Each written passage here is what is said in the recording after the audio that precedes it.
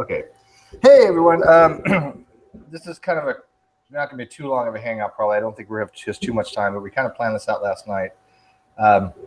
Most of you by now have actually seen the video that was an off-air hangout where Roohif was talking to Ronnie about the muntjac deer and some of the genetics of that. And most of it was literally Ronnie just asking Roohif dumb questions that didn't make any sense to begin with, and pointing out the fact he doesn't know even what a telomeric sequence is or a repeat.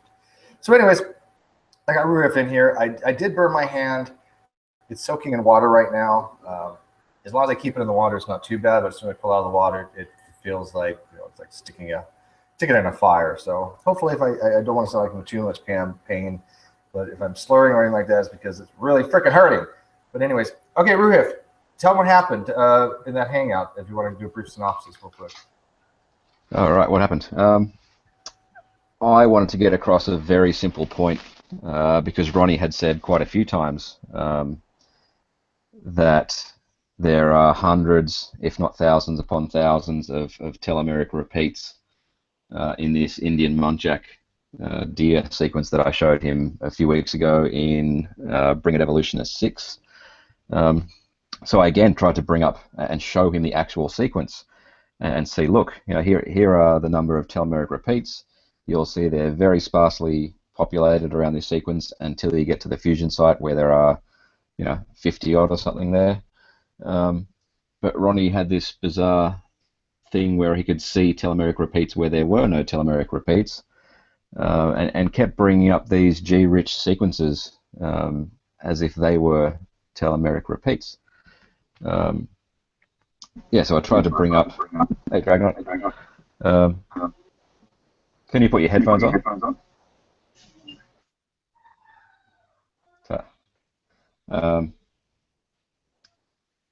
Yeah, so I tried to show him the first fusion site, and I did a search on that DNA sequence for TTA GGG, and it's actually obscured by the video, but there are 99 telomeric repeats in that sequence. Actually, there are actually a few more. The Control F find thing only finds complete sequences, but obviously that the DNA text on the screen is wrapped every 60 characters, so you will miss a few. Anyway, that doesn't matter. There are actually 107 or something, but the order of magnitude is important. So I found 99, and they're very sparsely populated until you get to the fusion site. But Ronnie just kept saying that there are G-rich sequences everywhere, and I'm like, sure, they're not telomeric repeats, so what the hell are you talking about? So I'm just very puzzled as to how Ronnie can get to this situation where he's discussed this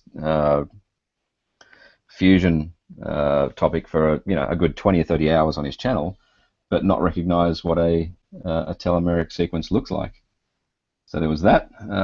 There was Ronnie's very strange hypothesis, which he called common sense, which that he thought there was some necessary correlation between the number of fusion events in a species and the size of the telomeric repeats at each fusion site. And I can't for the life of me think of any possible mechanism that would allow for that. So he kept asking me to respond to his hypothesis and actually asking me to point out where in the paper his hypothesis was either confirmed or refuted. And that was very strange. Like I said, my goal in that paper is very simple, and that's just to show that the telomeric fusion sites are short and degenerate, and therefore can be compared to the human chromosome 2 fusion site, which is also short and degenerate. And that goes to demonstrate that Tomkins' original prediction that there should be thousands of telomeric repeats at the fusion site is an incorrect prediction. And that's basically it. So, sorry, there was one other thing. These guys didn't realize that the reason that I use this paper is solely because Jeff Tomkins himself cites this paper as examples of satellite DNA to telomere DNA fusions, and that basically led to me being kicked. Yeah, so there we go, Steve and Dragnot. That's all I had to say, really. Okay, I'm trying to show this real quick. Let me see if I can present this. I want to go to each one that you just said there. I don't have the audio because I can't play the video, but we can at least get an idea what you're saying here. Right there. Am I presenting? Can you guys see this? Not yet. I think you need to use your other. You logged in twice, so use the other one. Yeah, one second. Okay, so there we go. Because as you said, there's probably more. I think there's probably more of these telomeric sequences like off screen, but in this particular thing that Ronnie's looking at, okay, that he's looking at this, and he did say there's thousands and thousands of telomeric sequences in this. Did he not? Yes. Okay. Oh, by the way, like I said before, the top right-hand corner is obscured by the off-air button. That actually says 99. But because the it probably has a lot of hits, but the point is those hits are off screen right now. They're below what he's looking at.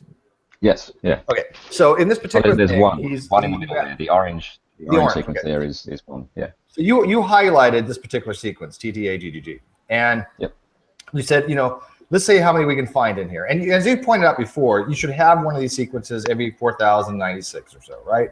Yep. With an average. I mean, you're going to have this particular sequence, this hexamer, because it's just the law, by averages, right? Yep. Now, you had asked him, how many does he see here? And he started pointing out tons of other quote unquote what he said was telomeric sequences. And he actually said TAGA, TTA or something. And he's like, oh, look at the TAG. And Antonio and Matthew are like, yeah, look at all those telomeric sequences. Did they not? And we will play this if somebody comes in that can actually play this video. This is what they said. I think they said, look at all those G-rich sequences. And I'm like... They did that too. Well, he said that. Yeah, but I don't care where these G-rich sequences are. We're talking about telomeric repeats.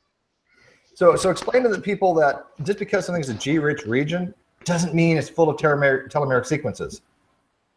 That's what Ronnie's making. He's saying, oh, look at the G-rich regions, and you're like, so what? If there's just say for whatever they're G-rich, what does that got to do with telomeres? Are, at least in vertebrate species, the telomere sequence is TTA GGG. That's what it is. That's going to be rich, obviously, but that doesn't mean it has to be, right? Yeah, of course. Yeah. So all telomeric regions for the TTA GGG are going to be G-rich. Yeah, it's such a trivial thing. Not the other way around. So yeah, like I said, he's seeing telomeric repeats all throughout this thing. On the screen right now. Yeah, I mean, he says he sees thousands upon thousands of telomeric repeats, but then points to G-rich sequences, which is a different thing. Like a mammal is not a dog. in exactly the same way that a G-rich sequence is not a telomere. Well, I thought it was funny because you had told him what a telomeric sequence was. Several times. Again. And you have how many highlighted right here? One. And how many does he see? Well, he kept asking me to scroll up, scroll down, highlight this, highlight that, and I'm like, what are you looking at? Yeah, I mean, you did. And if you can follow through here, you can actually see that you actually did that. You started highlighting more stuff here right there, and you're like, okay, what in here are you seeing, Ronnie?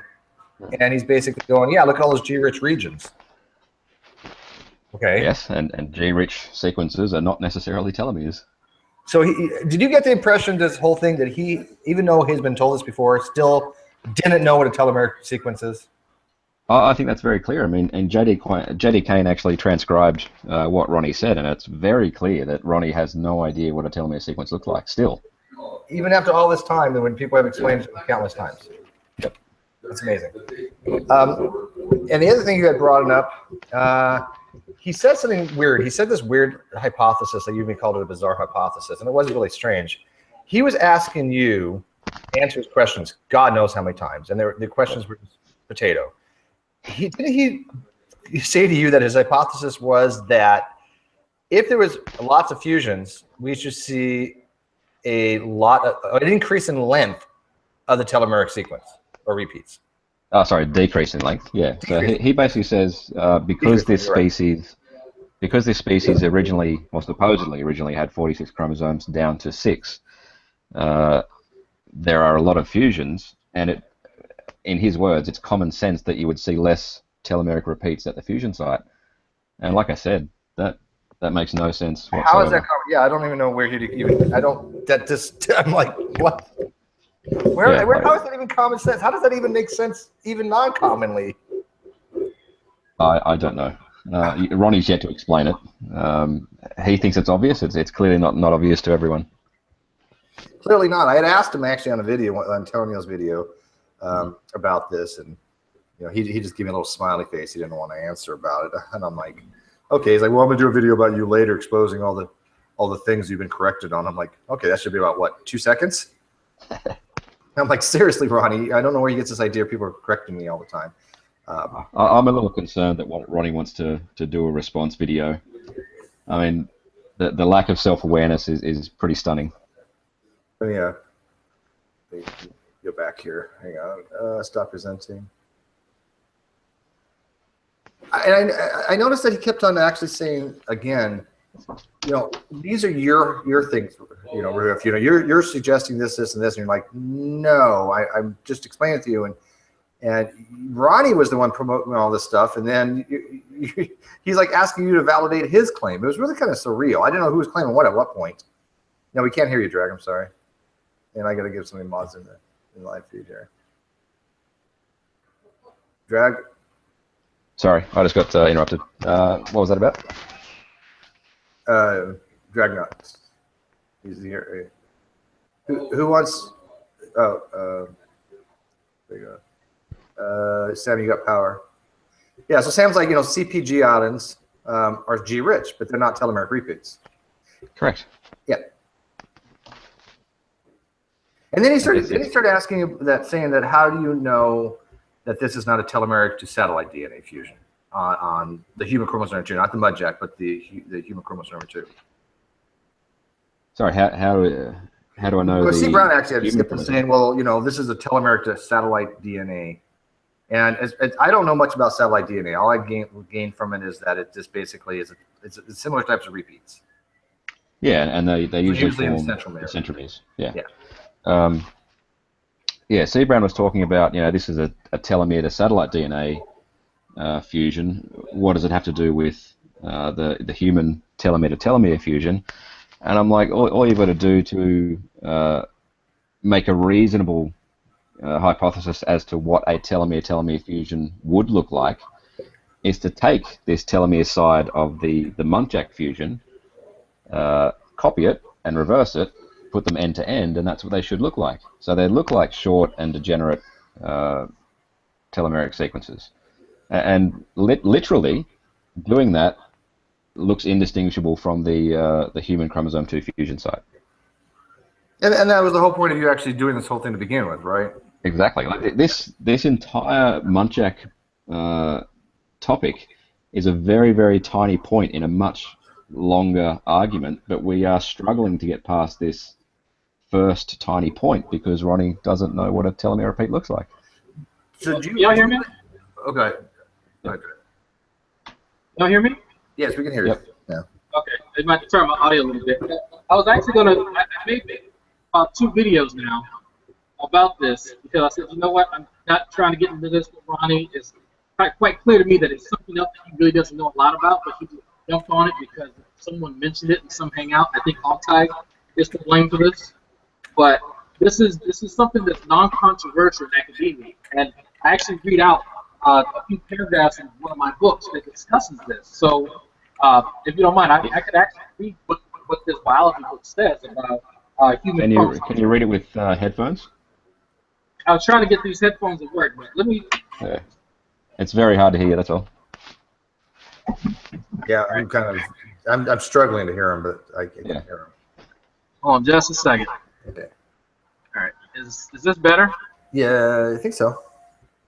Actually, you know what? Let me just get on my iPad. That seems to work the best. Okay, while you're doing that, Roohif, do you think that the problem that we're having with Ronnie is that he doesn't want to have to recognize that he's such at a basic level that he just wants to jump on into something a lot more complicated, and because of that, he's losing the thread really quickly. He's really not understanding even what you're trying to show to him because he doesn't even know what a telomeric sequence is. He doesn't know. I don't think he knows what a telomere is, to be honest with you. They were talking. Do you remember in that video C. Brown was actually saying like, well, you know, okay, if you have a telomeric to telomeric fusion, and you're saying that it's going to be inside the chromosome now. I think I don't know if you use the word encapsulate. Locked in. That's whatever. locked in. What word? Locked in. Locked in. Yeah, that was good. Locked in. You can look at it and see what you mean by that, right? I mean, it's basically going to be locked in the near the middle of the chromosome. Somewhere in that, there's going to be, you know, those telomeres, right? He's like, well, what do you mean by that? He's like, how do you know it's going to be locked in? I'm like, is this the level we're at where you don't understand something that basic? Just look at it. Yeah, it's concerning. It is disconcerting. Yes, yeah, that's better. So. All right. So, like I said, this is something. What he's talking about here is non-controversial. Like he's trying to, I guess, give it the appearance as if it is. But I know he's never taken a foot inside of a lab ever in his life, other than to do a piss test. So I actually read this book that I have. It's Biology, 11th edition by Raven, Johnson, Mason, Losos, and Singer. And it says here, under the subtitle, genome may become rearranged. And this is a part of a bigger chapter called Evolution Within Genomes. It says humans have one fewer chromosome than chimpanzees, gorillas, and orangutans.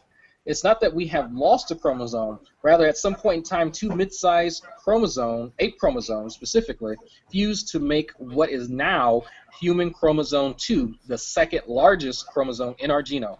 The fusion leading to human chromosome 2 is an example of the sort of genome reorganization that has occurred in many species. Rearrangements like this can provide evolutionary clues, but they are not always definitive proof of how closely related two species are. Consider the organization of known orthologs shared by humans, chickens, and mice. One study estimated that 72 chromosome rearrangements had occurred since the chicken and human last shared a common ancestor. This number is substantially less than the estimated 128 rearrangements between chicken and mouse, or the 171 between mouse and human.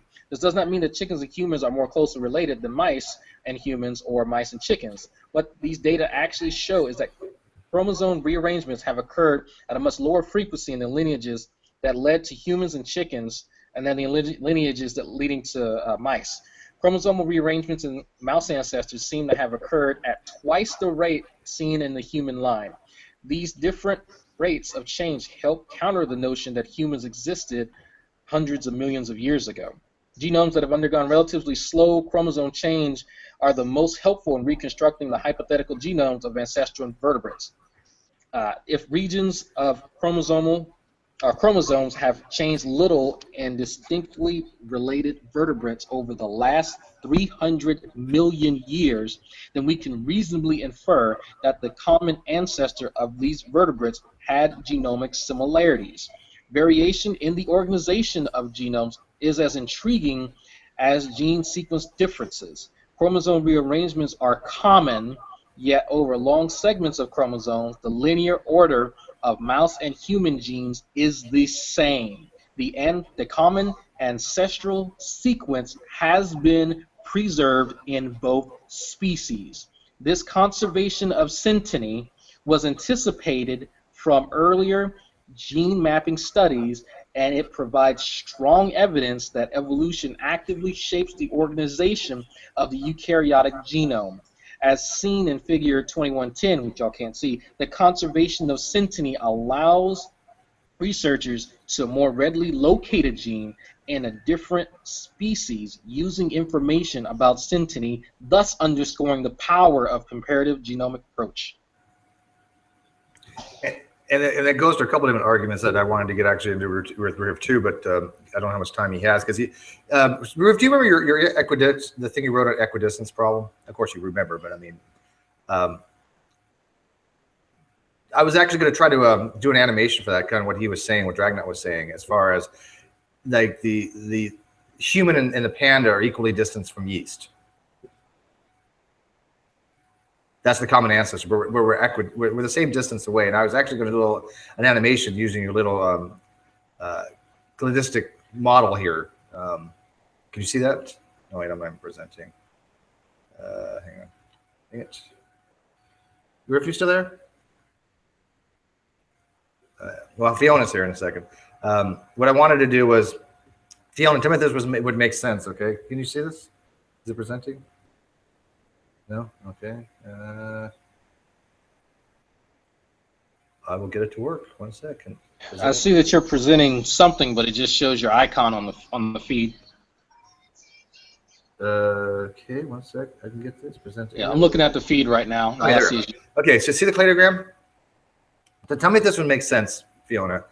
Okay, if you had an animation that just took this line here to here and just took this and moved it all down here and took this line from here to here and just moved it all to horizontal lines. So you have this line here to here, moved it as a horizontal line. This line here to here, moved it as a horizontal line. This line here to here, made it a horizontal line. This line here, a horizontal line. All those lines are going to be the same distance, saying that these are exactly the same distance from yeast as anything else on here, because we're all extant species. Would that make sense? Well, actually, you do get software that will actually calculate the distances, and it will actually draw out for you. And show you? Yeah, and it will show you. I was just curious. I thought that'd be a good way of showing this. That's kind of what Dragnet was just talking about. But I couldn't do the two-dimensional animation. I couldn't figure it out. Oh, you've taken it away. Oh, do you want to go back to it?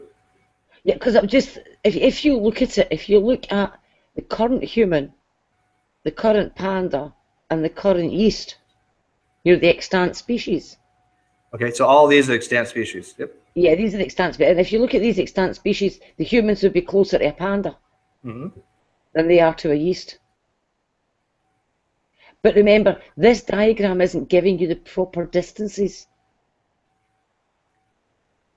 You do get software that calculates all these distances for you.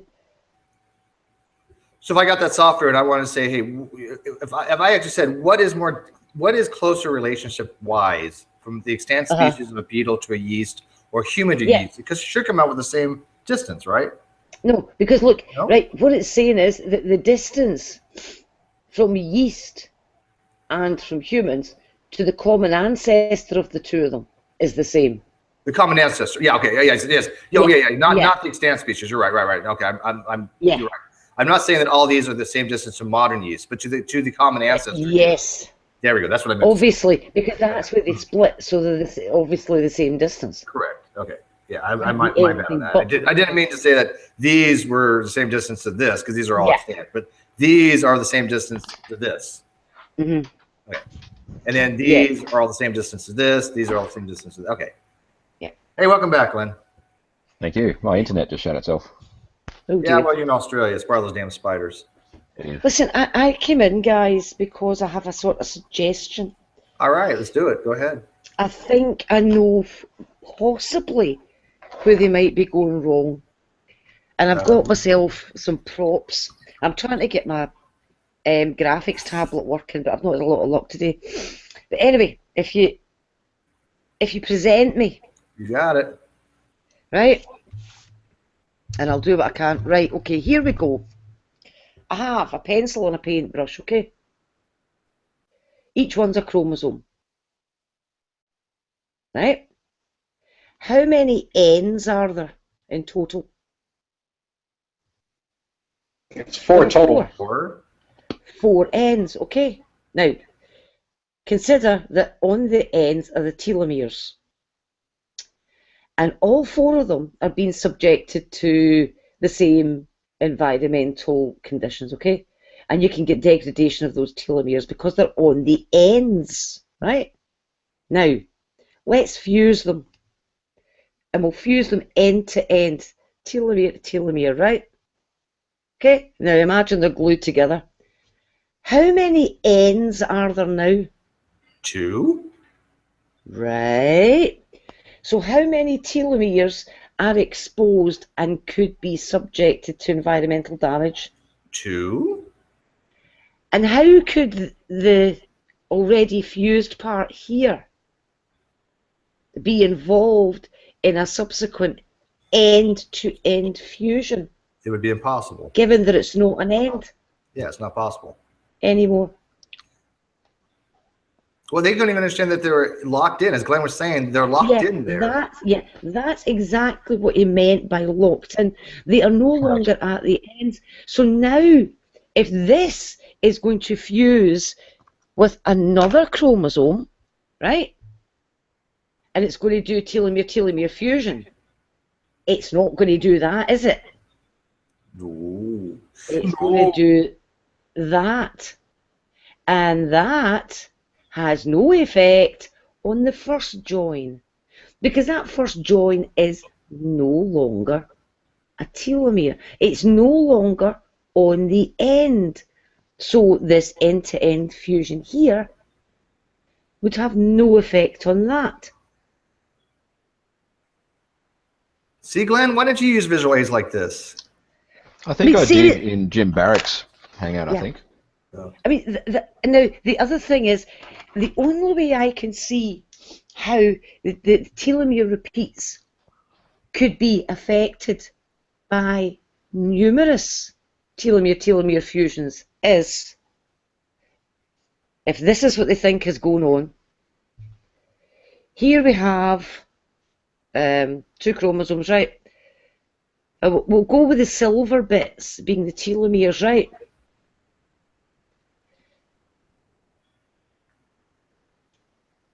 Telomere-telomere fusion. Ah. Right? Okay. And then along comes another chromosome.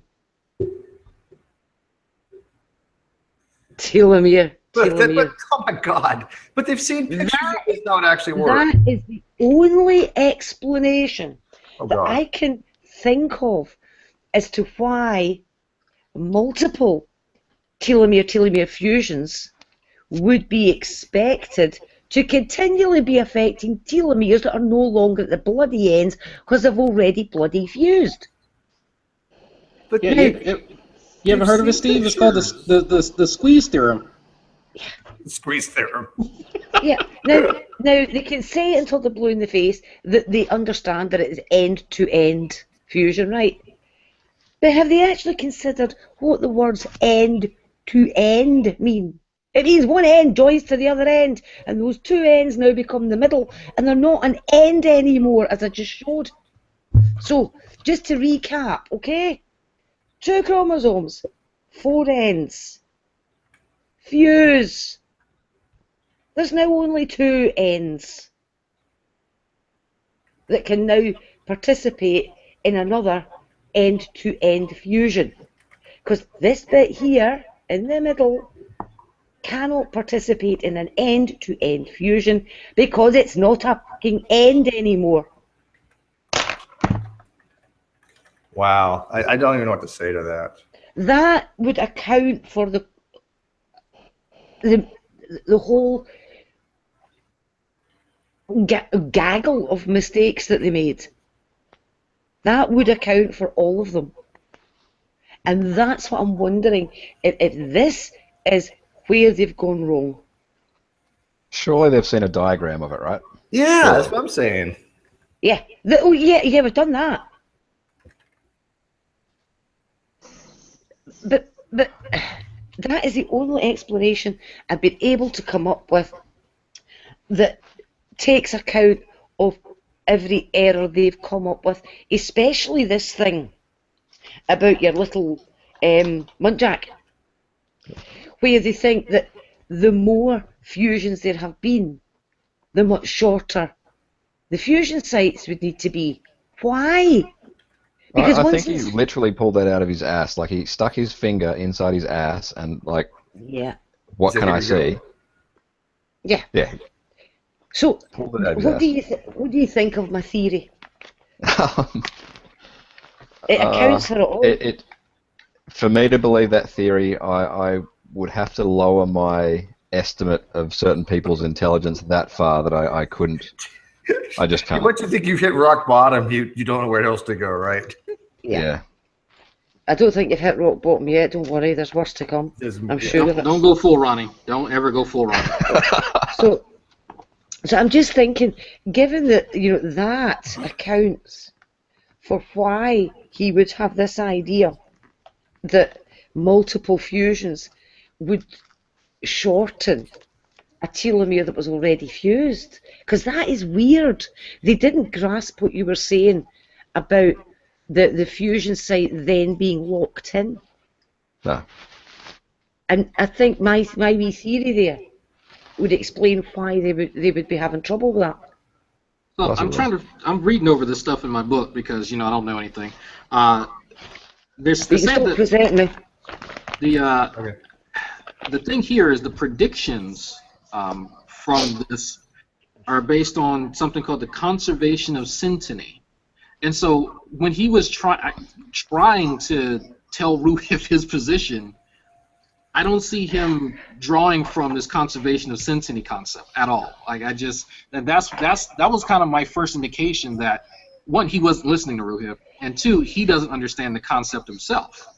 Like, which is fine, but for him to go out of his way to be the condescending, indignant asshole that he is, he really stuck his foot in his fucking mouth with that. And I love this video because it perfectly illustrates a few of the issues that almost all of the issues we have. His inability to listen, lack of self-control, lack of fucking respect for anybody in the room, and his general fucking, I don't know, fractal wrongness. Yeah, I just noticed, I'm trying to add Antonio the Fletcher the hangout. It's not letting me. In his post, when I go to follow, it says I'm not following him anymore. When I try to follow, it just gives me an error message. Does he still have an account? Because it doesn't show restricted. So it doesn't show like he blocked me, but I can't. He doesn't even exist. This Ronnie you're talking about? No, Antonio. Antonio, wow, okay. Because I always invite him anyways. But I mean, these are the times they need to come in where you can sit down and go, look at this is a chromosome. This is a telomere. Okay, this is a telomeric repeat or sequence, and then you can do repeats and kind of just break it down to them gently, and then show exactly what Fiona just explained to everyone about an end-to-end repeat. It's not some kind of parallel addition. Mm-hmm. I am really invite Antonio and True. I can't invite True because I don't want to make the link public. I can tag them, I think.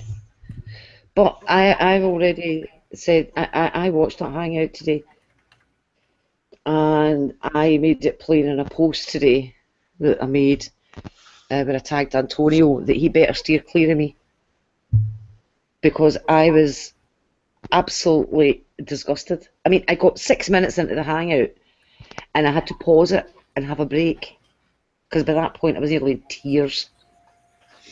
And I made it to the point, I made it to the 24-minute point. I had to take another break then. And then I made it to where you were booted out. And it was at that point I just closed it down. I couldn't watch anymore. Because I was so disgusted, dismayed, and disappointed. It's all the disses, and disappointed at the way they treated you. It was absolutely appalling. It was a disgrace. Yeah, like I agree, but I don't really care. Like, it says a lot more about them as people than it does about me. Yes. I agree. Yeah, like, I truly... I will go into True and Neffy's room forever. Not purely so that it demonstrates how ignorant they are. I will always try and explain things to people, no matter how ignorant and rude they can be. And sure, everyone's seen now that Ronnie is... Anytime that he feels like he's challenged or is about to have something actually explained to him, you can see his brain tick over, and he'll jump in and change the topic and just shut me down. Everyone sees that now. Not that they didn't see it before, but everyone sees it now. Well, what I'm actually highlighting, though, is his inability to listen to his Christian brothers. Because I love how he likes to draw these really hard lines. Oh, here's what the atheists do. Here's what they do. They want to destroy us.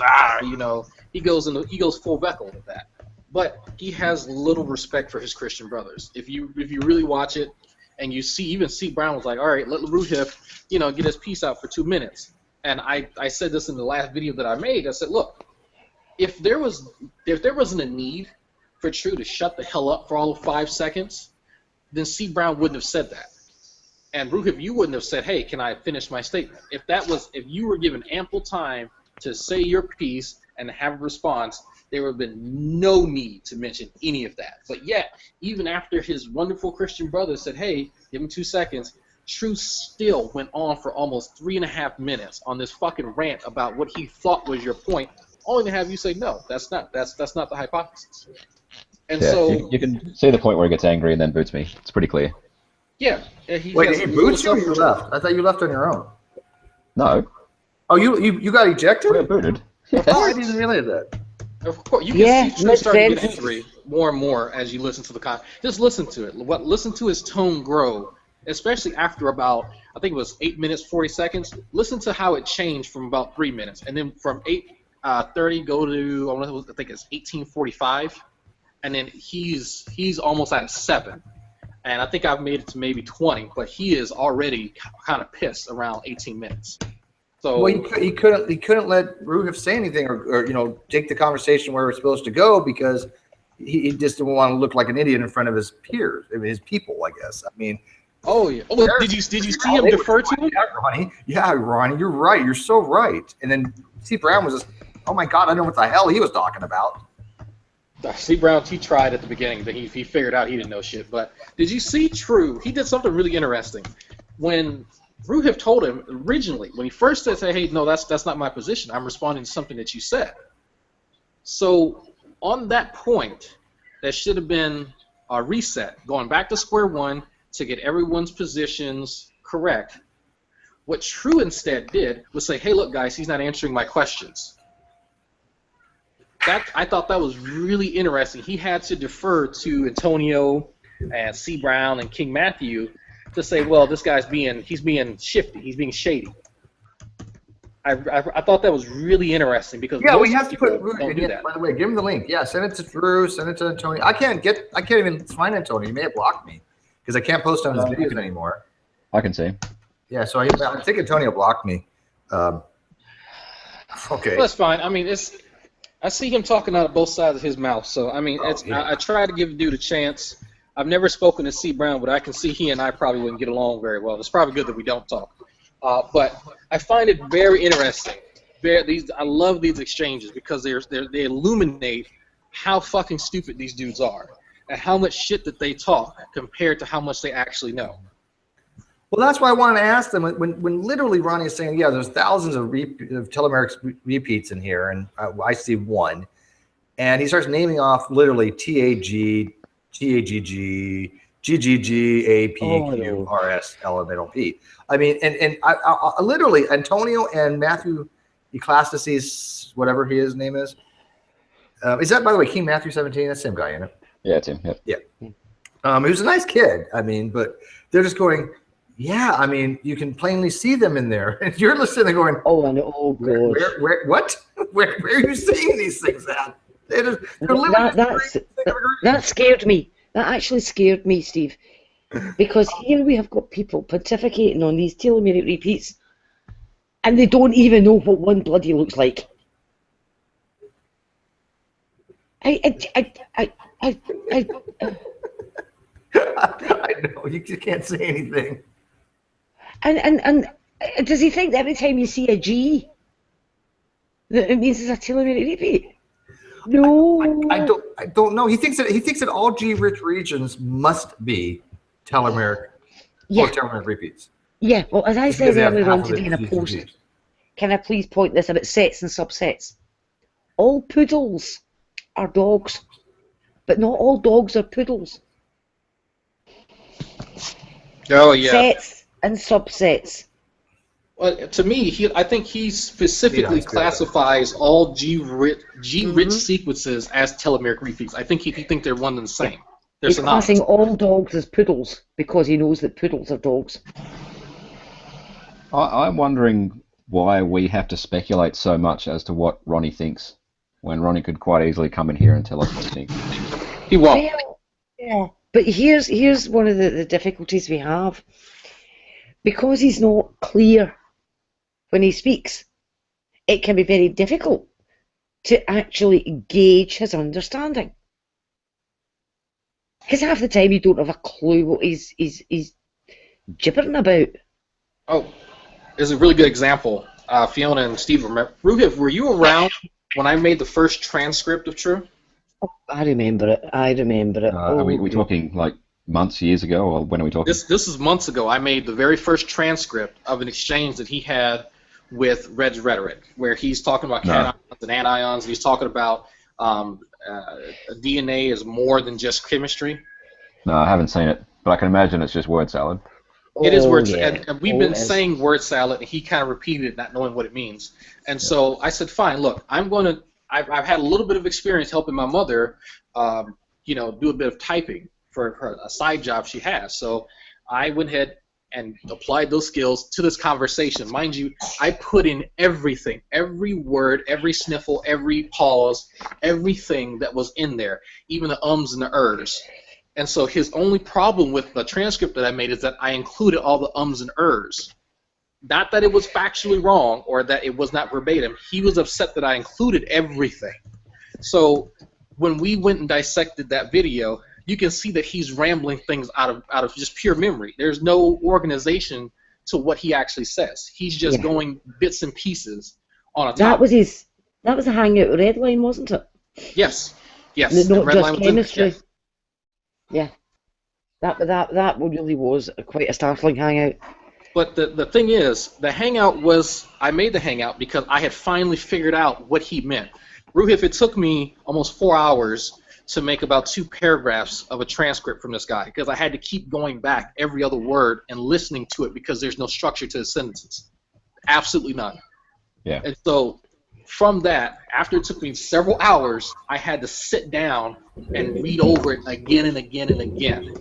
Even go back, because I have a chemistry book over here from a few semesters ago, trying to figure out what he's talking about when he says it's not just chemistry, because everything, you can boil it down to chemistry or physics, either one. But what he is saying is something completely different. And so once I finally figured it out, I made a hangout, and we talked about TST. When he says just chemistry, he means simply ionic and covalent bonds. Anything higher than that, when we start talking about macromolecules and secondary and tertiary and quaternary, you know, structures and stuff like that, he thinks that there is some type of mystical, magical mechanism at work there, like Van der Waals forces or fucking magic. That's what he's actually saying. But it took us forever to figure that out because he is not clear with anything that he says. Just out of curiosity, what's the longest you got to speak in that hangout? I mean, contiguously, you think? Oh, I don't know, maybe a minute. I mean, when I finally actually got to say, like, this is my point, here it is, it's so small, this point, I'm done, I was a bit shocked. Like, I'd actually gotten across what I wanted to say. Well, Rational Mindset, he counted it, and it was almost, I think, average 41 seconds. Wow. Oh, that is bad. Damn. I was astounded that Ronnie was asking you to use a paper that doesn't make the claim to support a claim that you hadn't made either, but that he was making. Yeah, I think he knows that he's trying to cover himself. I think he knows that.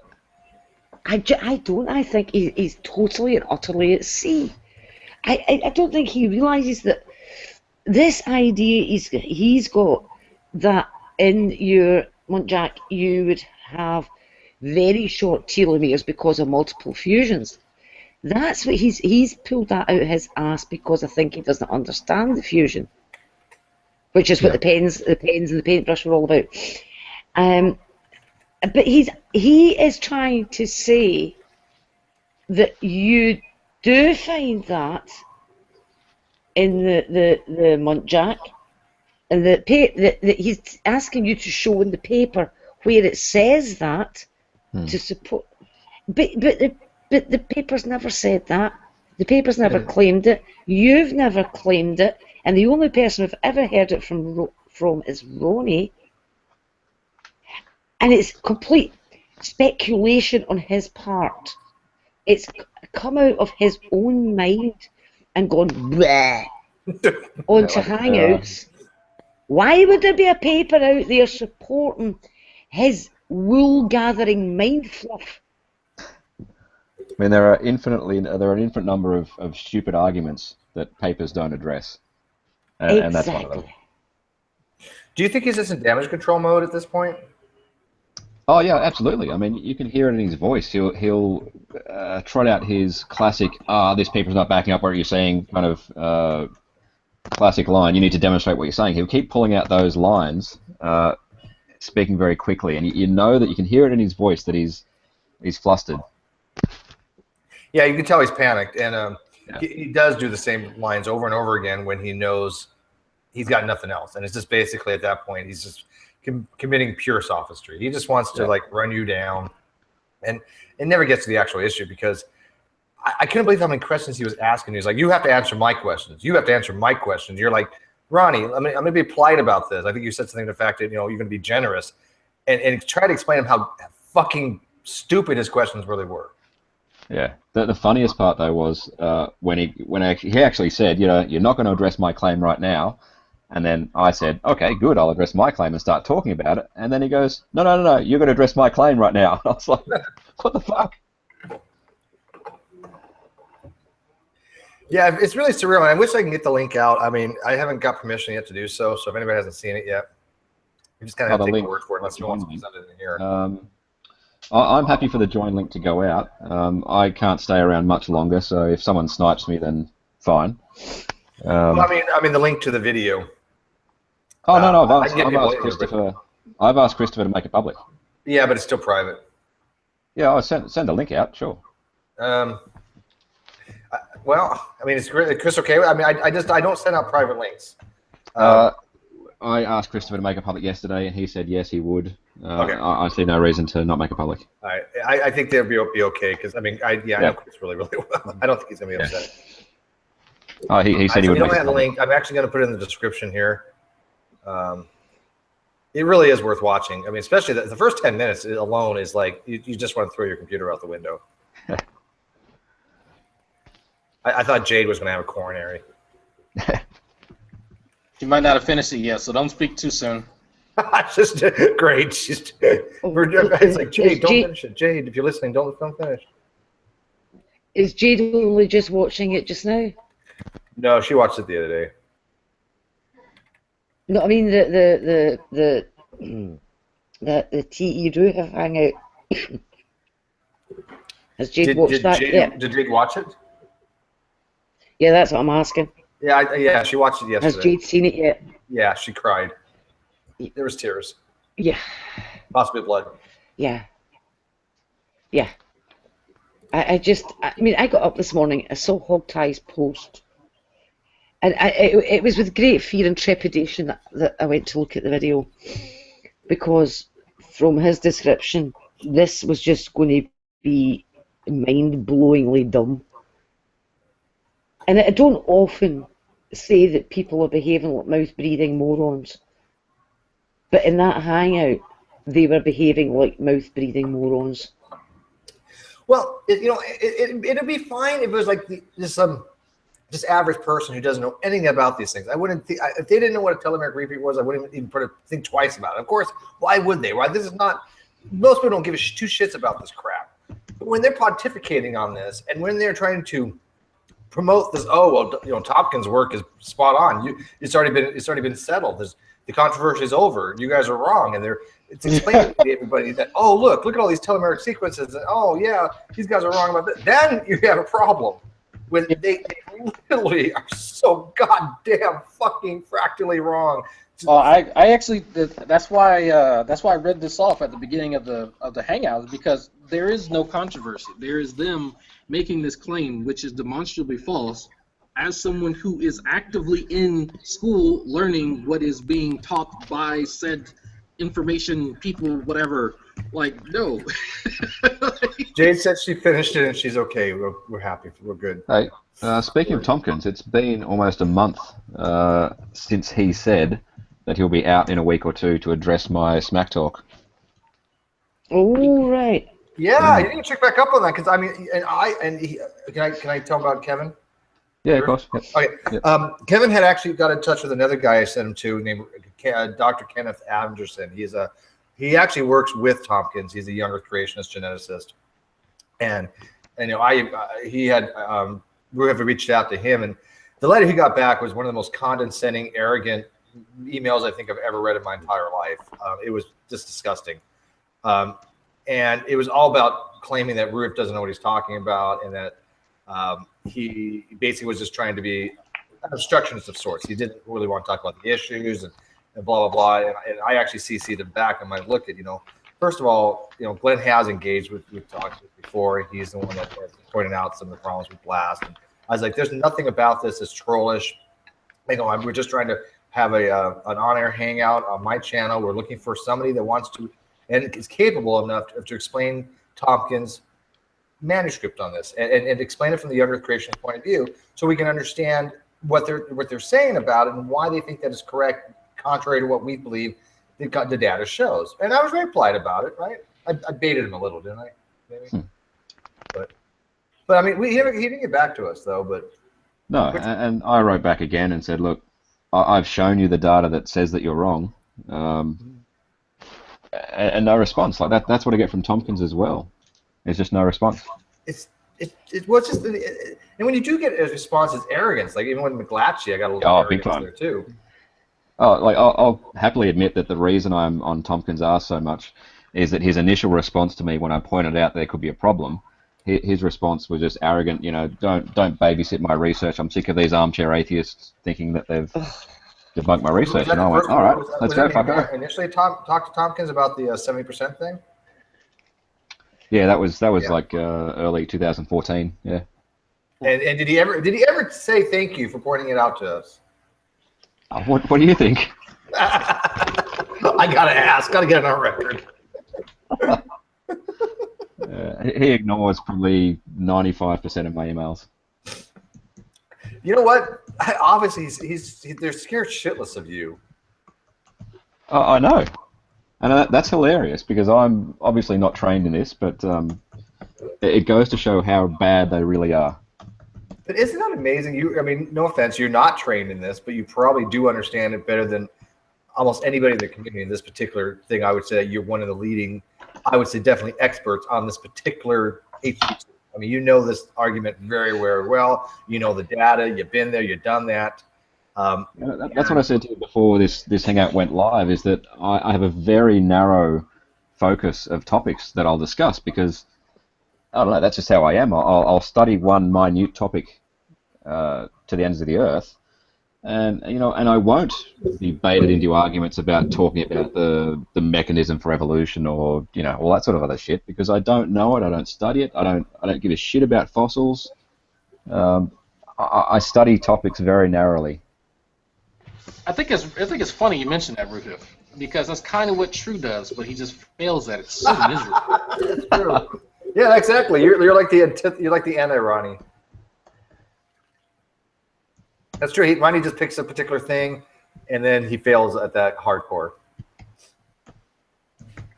But he's so cute though, because he's just like, I'm gonna make a video of all your fuck ups, Steve. And I'm like, oh, okay, that's good. That's like his tagline. He's been saying that for a year now. I still have yet to see it. Does that for? I can't wait for this video to come out this week. He said that back when he and I had our conversation. He still does not realize I was fucking with him that entire conversation. Go back and count how many times I asked him the same thing that he just asked me, like back to him. It'll be funny. Like there's probably 10 or 15 times. I was like, oh, okay, so we're talking about yada yada yada. Oh yeah, okay. Oh, so we are talking about yada yada yada. I'm like, he still has not realized that, and it's maddening. But I found out a new bag of tricks that I'm doing with Ronnie. Anytime, and you'll see when in his conversations, he'll ask you if you know about a topic, and then he'll ask you if you know about like a subtopic in there or a few subtopics. If you say no, you've never heard of it ever in your life, you get the funniest fucking reaction ever. Even though he has spoken to you about said topic, and he has listened and responded to you talking about said topic, and he just rolls with it. It lets you know he's not all there. And I pulled that on him in the hangout with Hanazubi when he lost his shit. But I think I'm going to start letting other people know. Just tell him you've never heard of whatever it is he's talking about, and let him take it from there. He won't realize that you're being sarcastic.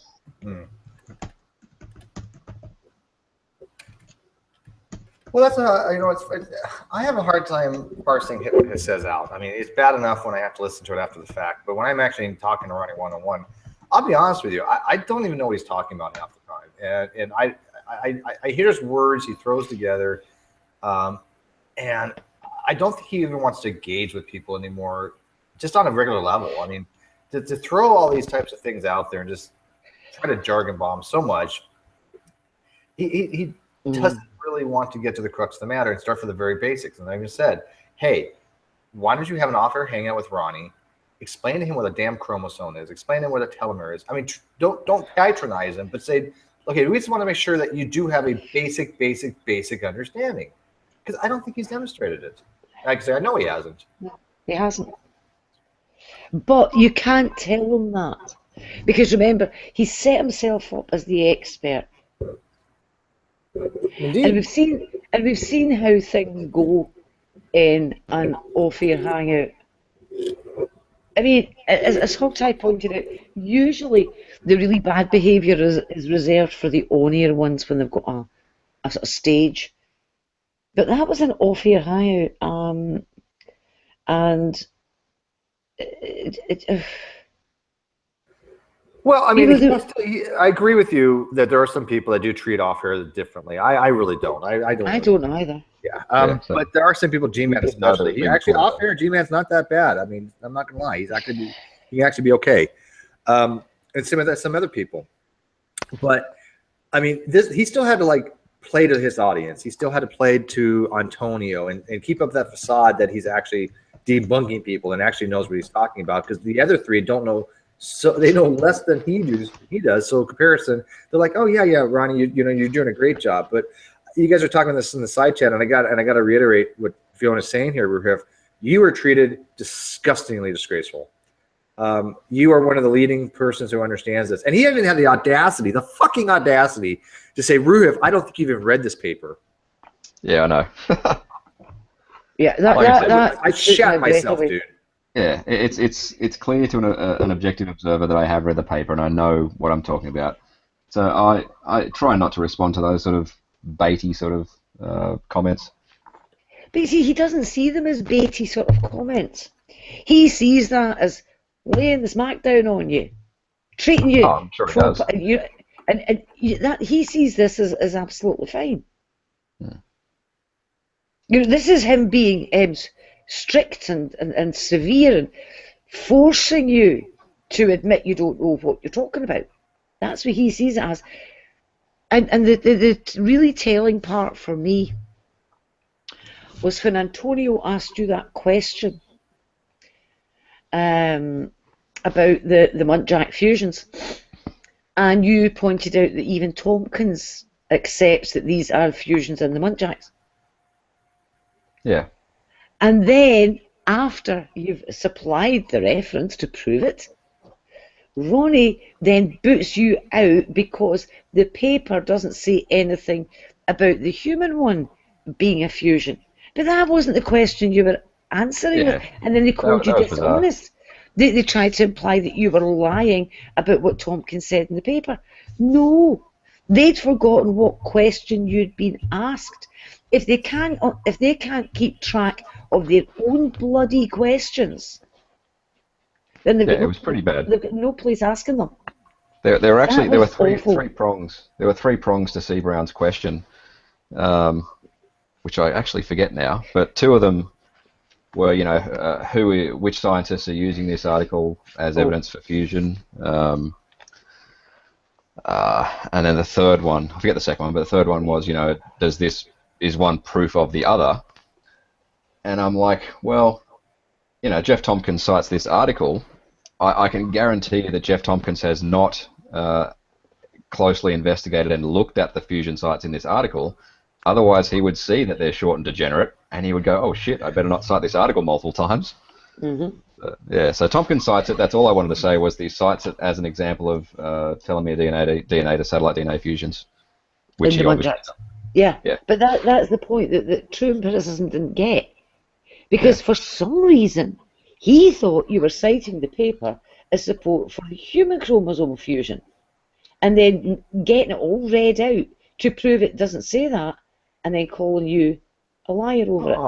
That was pretty much a low point in a hangout, which was a continual low point. And I think what they've managed to do is, in a single hangout, they've managed to encompass every single behaviour that we rip on them about. Yeah. The best I can say about that part of the hangout, I can only imagine that Ronnie thinks that when I was answering, I was saying Tomkins uses this article to confirm that human chromosome 2 is a fusion. That is what like, he's... obviously absurd, because he's the only guy that out there that says it's not a fusion. You know what I mean? Yeah. This is it. Ronnie is hard of understanding. Yeah. You could say to him, the sky is blue, and he'll go away and get you a bicycle pump and say, here you go. I don't know what it is. There's a disconnect between his ears and his brain. Yeah. And what Anyway, you guys, say bears no relation to what he actually thinks you've said. Yeah. It's sad. He thinks I've said something that would just be absurd if I said it, in that Tomkins supports chromosome fusion in the human, which is obviously not what I wanted to say. Anyway, guys, I've got to bail. I'm going to take some drugs to help my mouth, and then I'm going to go shopping. I need a root canal. Your mouth feels better there, man. Thanks, man. What's happened to your mouth? I've got a root canal that needs doing. Oh, I was mentioning it to Steve earlier. Bungella helps with that as well. Yeah, I've got Oracet. It's got lignocaine in it, so it's handy. Yeah. All right, guys. Thanks for the hangout, Steve. Thank you, buddy. Bit You take unfortunate care. that TE couldn't come in. Yeah. Anyway, catch you guys later. Cheers. Right, bye. No problem, buddy. I'm just typing something real quick. I'm trying to get a message to King Matthew, but can you just talk for a second amongst yourselves for a second? Is Drag still there? Oh, great, I've got to talk amongst myself, singular. Oh, that's terrific. You can monologue. Just do a little song and dance. Oh, yes. Was it the little musical interlude I did my hangout with TrueEmpiricism? And somebody said that was a new ringtone. Sorry, there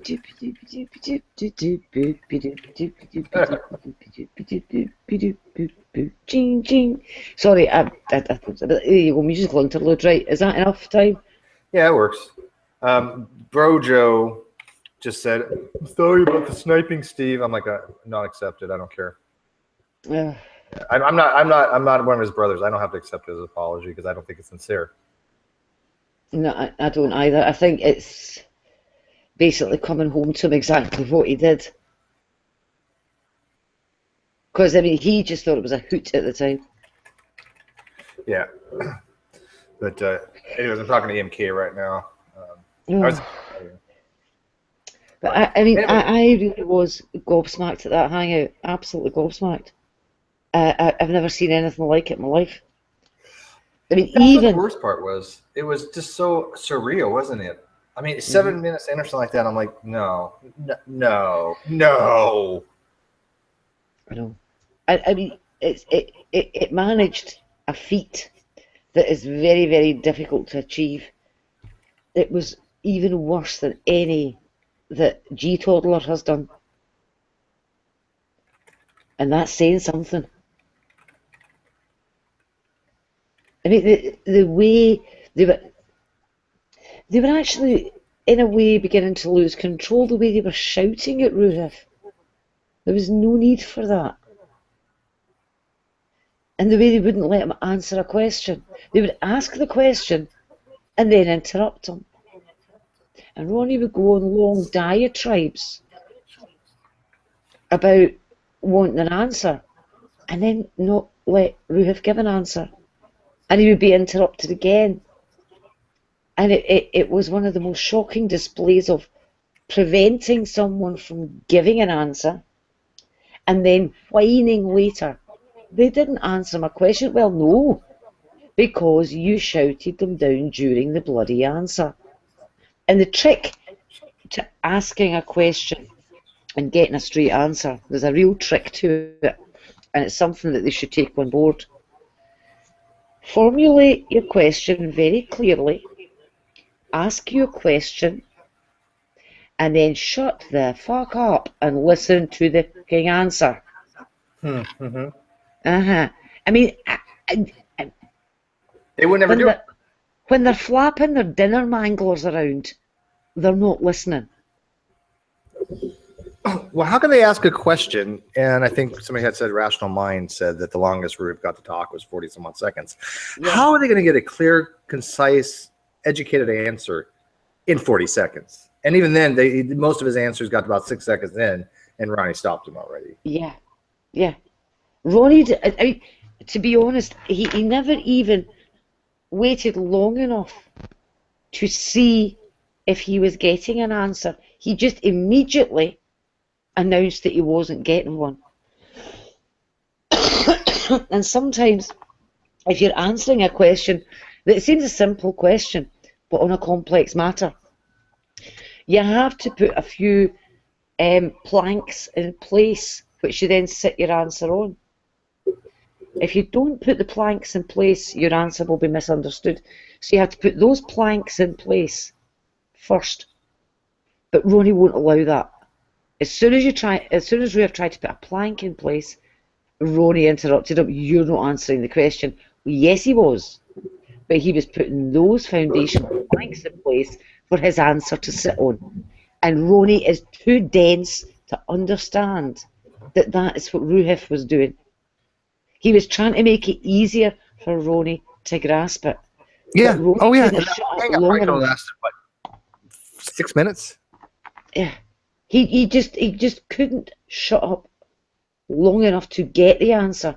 And it wasn't helped by the others in the room who were doing exactly the same thing. I was going to make a video about it, but there's just so many things in that thing that I was actually having a movie maker, but I'm like, you know what? There's so many things wrong. Too much. If you took that video and you put in slides or whatever, you'd end up with about a 3-hour video. There was so much in there that was appallingly bad.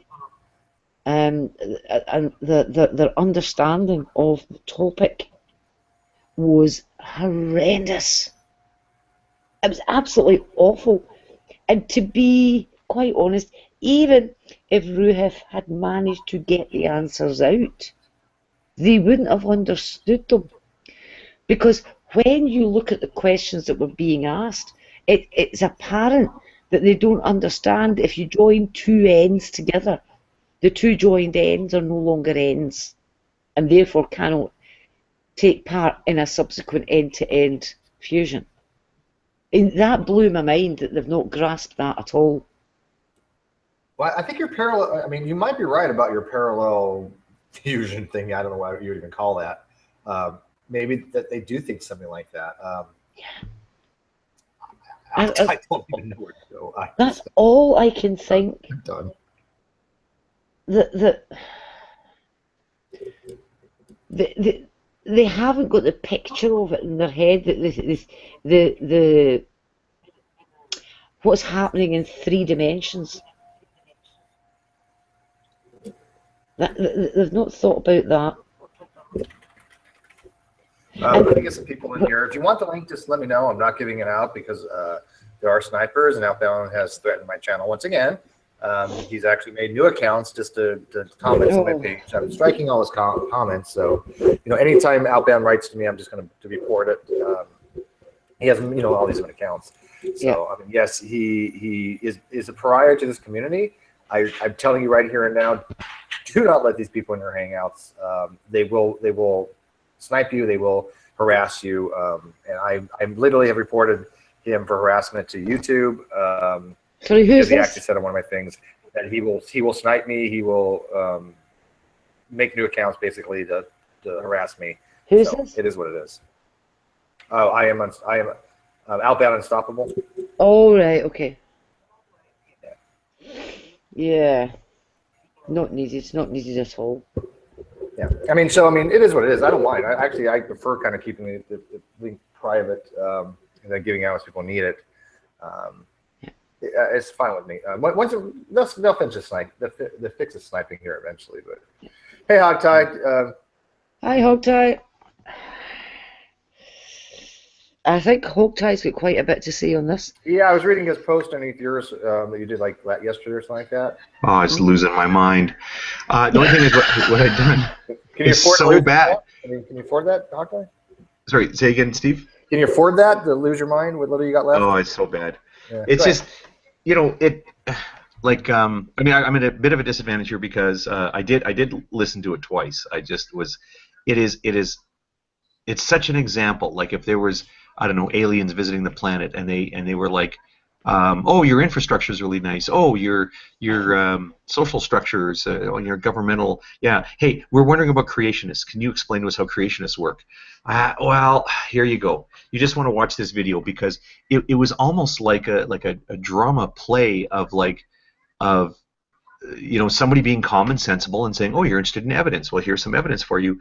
And then just a pack of loonies just being like, you know, I asked you a question, answer the question. Okay, well, I'm answering the question. No, you're not. I'm going to mute you. Now, why aren't you answering the question? Like, just this, like, it was almost a parody of what this whole conversation's become. Where I'm at a bit of a disadvantage is, even though I've seen it twice, I have been busy with stuff today, so I haven't seen. I mean, you're how far into this hangout? You're an hour and a half. Like, I'm sure you talked about all the stuff that I was going to say anyway.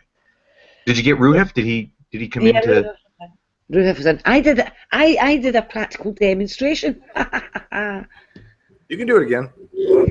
Yeah, Hogtie, I listened to that hangout, right?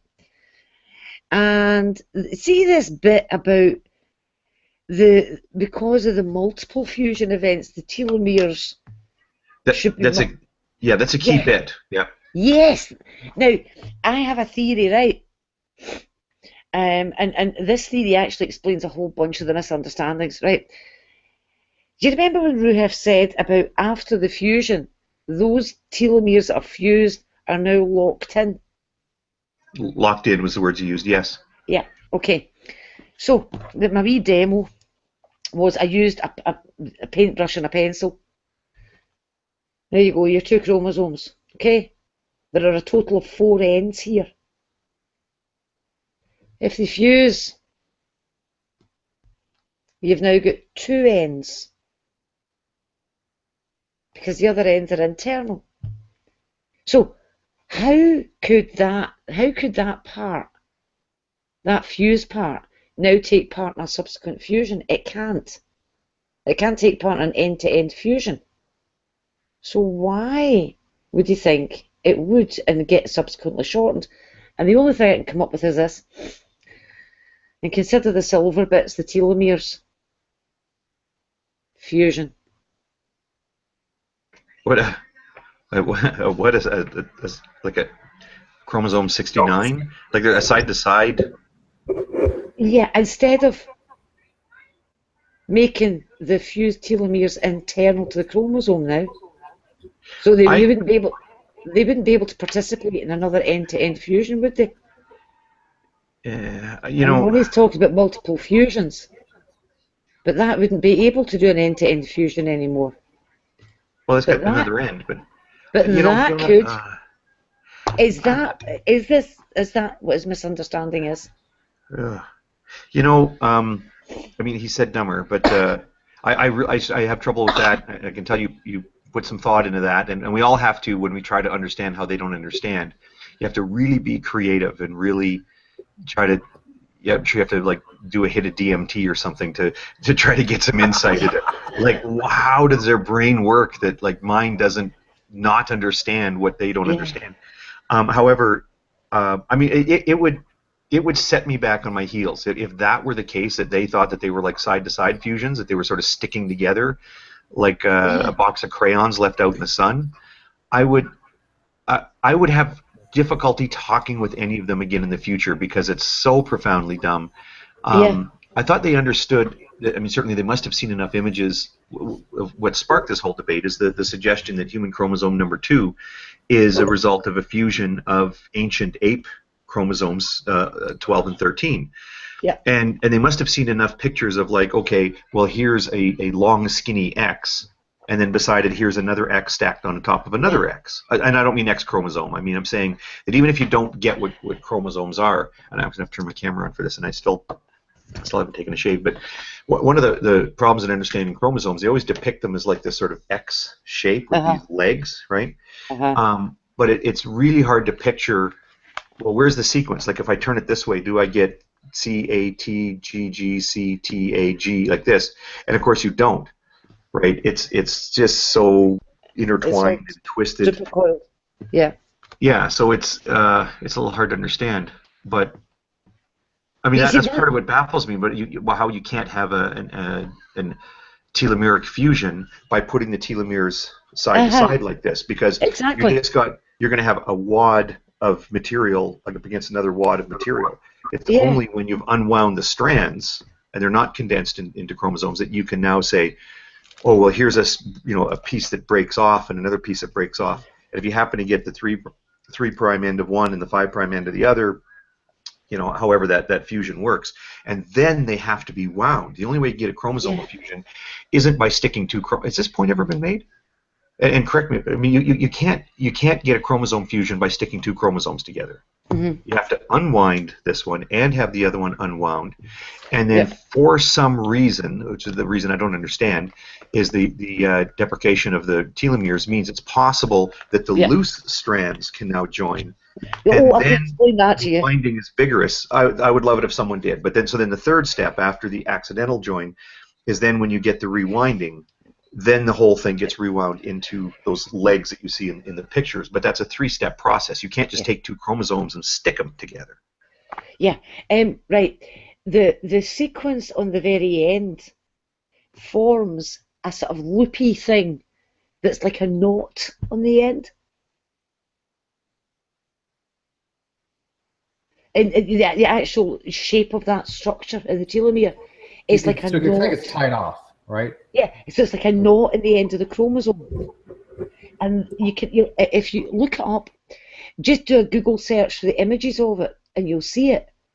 That instead of it being a nice wee straight piece of DNA, it's knotted on the very end, and that's what prevents a fusion. And you've got to lose that knot for a fusion to happen. It's a bit analogous to, let's just say I've got two ropes that I want to splice together, right? I would unwind one end of each rope and then weave them together. And if there was a knot in the ends, I wouldn't be able to do it. Oh, you know what? That's a brilliant analogy. So yeah, okay, I get that. So then what am I looking for? I just did a search for telomere image. I've refreshed my memory on telomeres lately. It's a funny wee thing. But hold on, see if I can find it. It's a funny wee knot on the end. I see, like this one kind of shows a little loopy thing at the end. You wouldn't be able to unwind that. Hold on, let me have a look. Yes, that's it. That's the thing. That's the bit that prevents the fusion happening. Because notice that the very end of it is hidden away. See, now if either one of us knew the name of that thing, then we'd probably just search for the name of that and it reminds me of the thing on a shoelace. Was like telomere T-loop. Yeah, it's called the T-loop. Yeah. Okay. Yes. Well, so there you go. Yeah. So have a look at it. Okay. Well, and you will see. Okay. And that's why.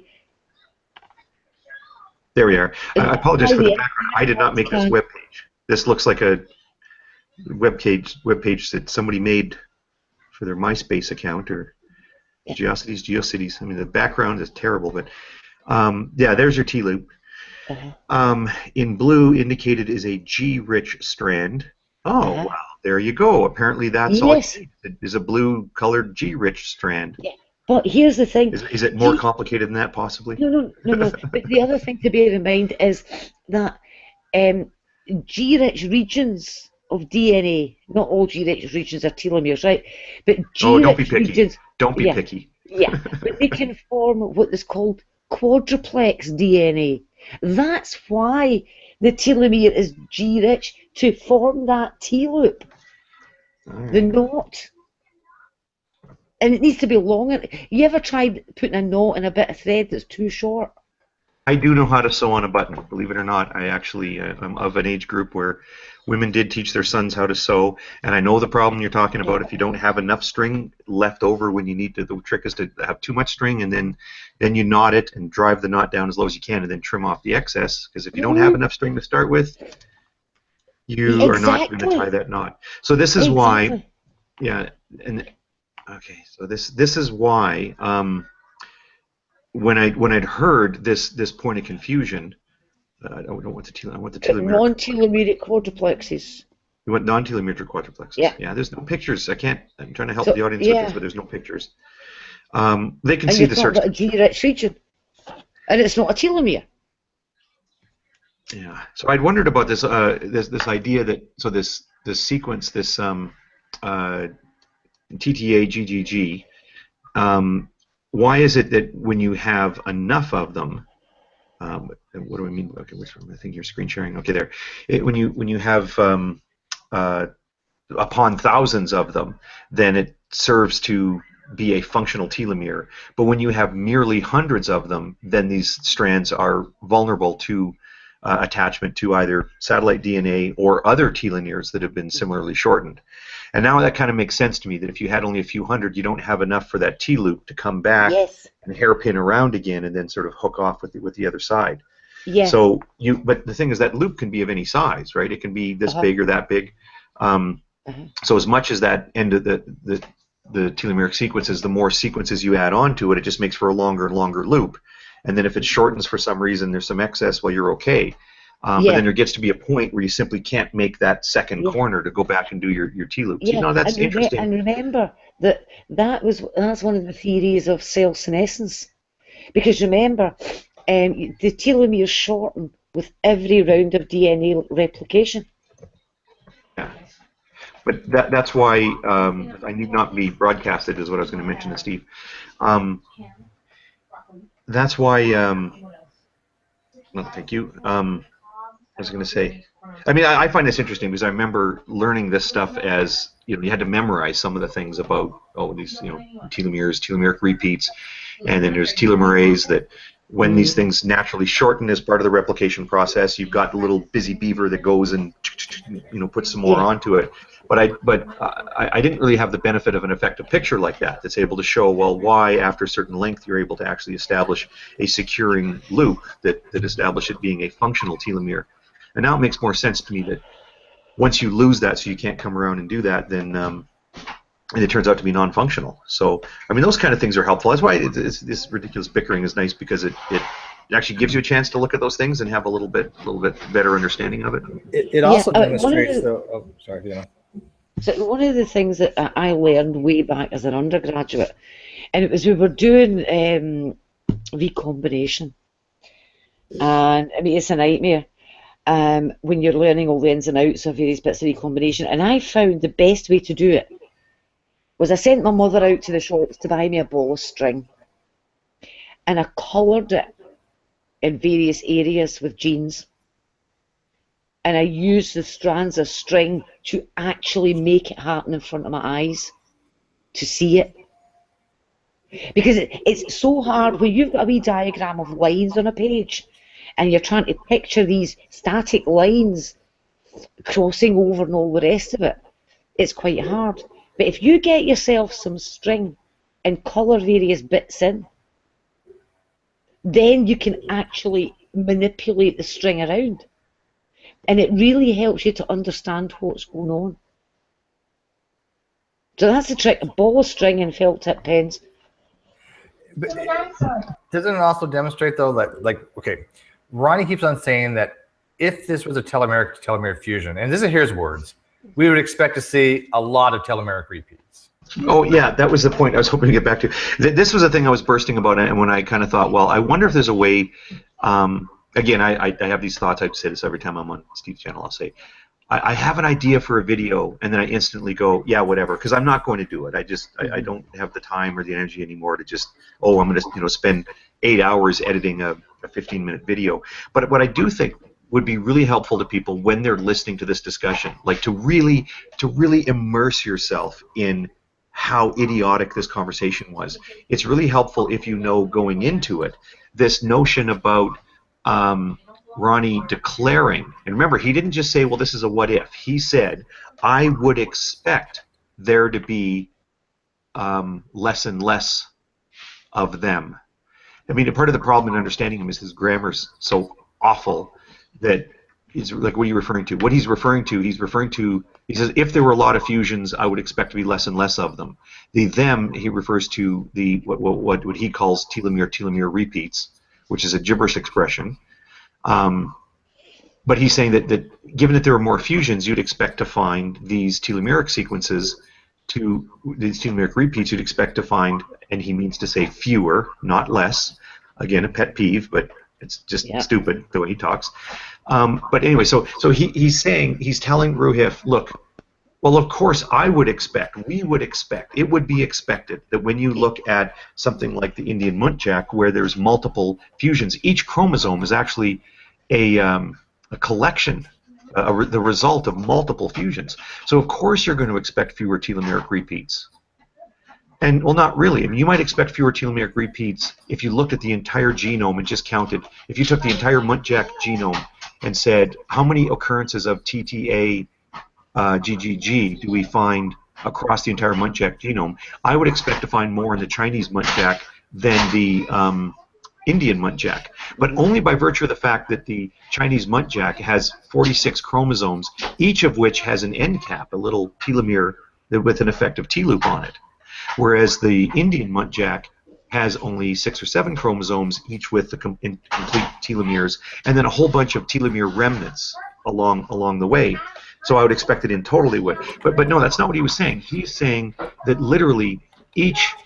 Okay, so if you have a chromosome that's a result of a single fusion, where it used to be 2 chromosomes, but then one single fusion event created, now one slightly longer chromosome.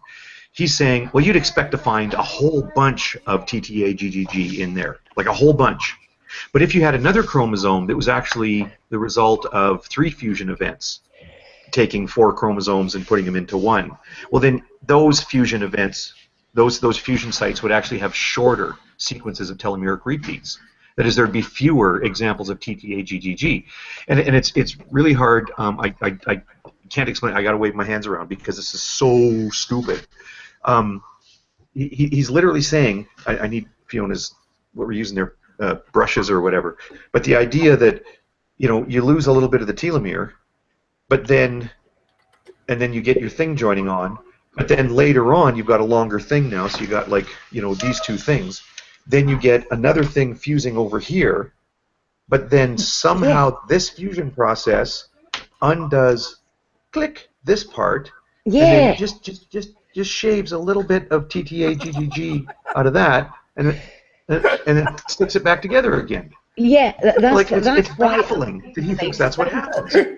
That's why I'm thinking side to side, because that's the only way I can work out that you have your 2, they fuse, and then you have a third fusion that somehow affects the length of that again.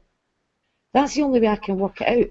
Right. Well, even if people didn't get that, my point here is that I think it would be helpful to somebody with whatever level of familiarity of genetics or biology to understand that this is the principle they're talking about. That Ronnie is declaring that he says, I would expect, we would expect, it would be expected that these sequences in a chromosome that's a result of multiple fusions, you would expect fewer telomeric repeats. Well, why would we expect that? What model is he appealing to? What process is he thinking of when he thinks that you're going to find, shorter telomere repeat sequences compared to the chromosome that's a result of only 1 fusion? What process is he appealing to? And like I say, I have to picture this thing of you do another fusion over here, and for some reason this gets, like, that doesn't make any sense to me. But he just declares it as, well, obviously I'd expect this. He provides no... That is why I'm thinking to myself, the only way I can see how he can think that a second fusion would affect the length of telomere in the first fusion would be if it was side to side. That's the only way I can work it out, how he can think that. I got a ton of Lego here. I could have just used that for my fusion events. I'm trying to stick my laser pointers and pens together, but I've got actual things that are meant to be stuck together. But anyway, so regardless, even I guess what I'm getting at here is it doesn't make sense when he says that. And by the way, one of the points I want to touch on here is one small mistake that Roohif made and generally makes in conversations with Ronnie. I think he does absolutely excellent. There's one thing that I think we saw him be victim to. So let's put a pin in that. I'll come back to it very quickly.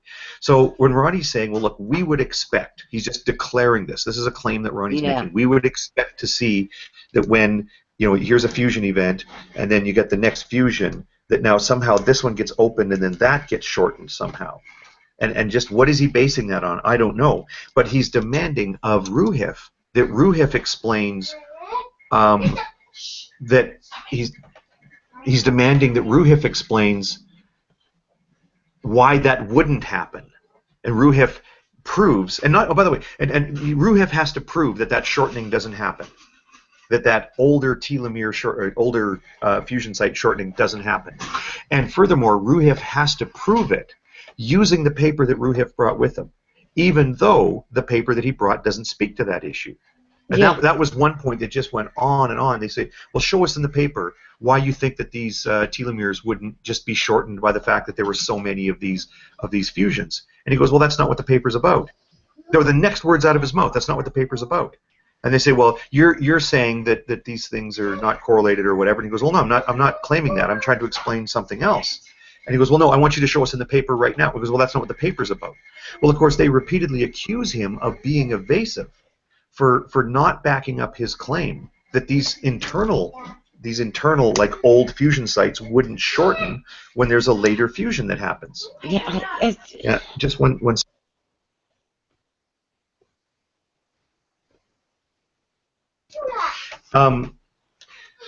So the he's putting Ronnie to the proof of this. Ronnie now has to prove that these. Ronnie's putting Roohif to the proof of it. Roohif has to prove that, even though he says, "I'm not saying this. The paper's not saying this." Ronnie's saying, "Well, no, you made the claim, and you have to prove it, and you have to use this paper to prove it." And all those guys in the room were just like, "Well, isn't it funny how Roohif is dodging? You ask him for proof of something, and look at how he's being evasive. Oh, he's so evasive. He's so evasive." Well, just hang on a second. Ronnie's the one who's claiming that there's some process that re-shortens old fusion sites, and not a single person. Roohif said, "Why do you think that? Like that's a claim that you're making. Why don't you prove that?" Not one of those guys, it seemed to occur to them, well, first off, why is Ronnie saying that? And now that he's being asked to explain, at least give some sort of a justification for why he thinks that. If not actual evidence would be nice, but if he explains something, a model or some explanation for it, that would be helpful. No, but Ronnie doesn't appear slightly evasive to them at all. Let me say the one thing that I think was a slight mistake on Roohif's part. When he said, okay, what now? Is it comedy? When he said, you can hear me. I'm sorry. I was trying to see if that mic worked. No, go ahead. Okay, was when Roohif was saying, was making the point that I was making here about how we've got a fusion, and then you go to do another fusion here. Well, then how does it go back and then re-shorten the other fusion site? Like, how is that happening?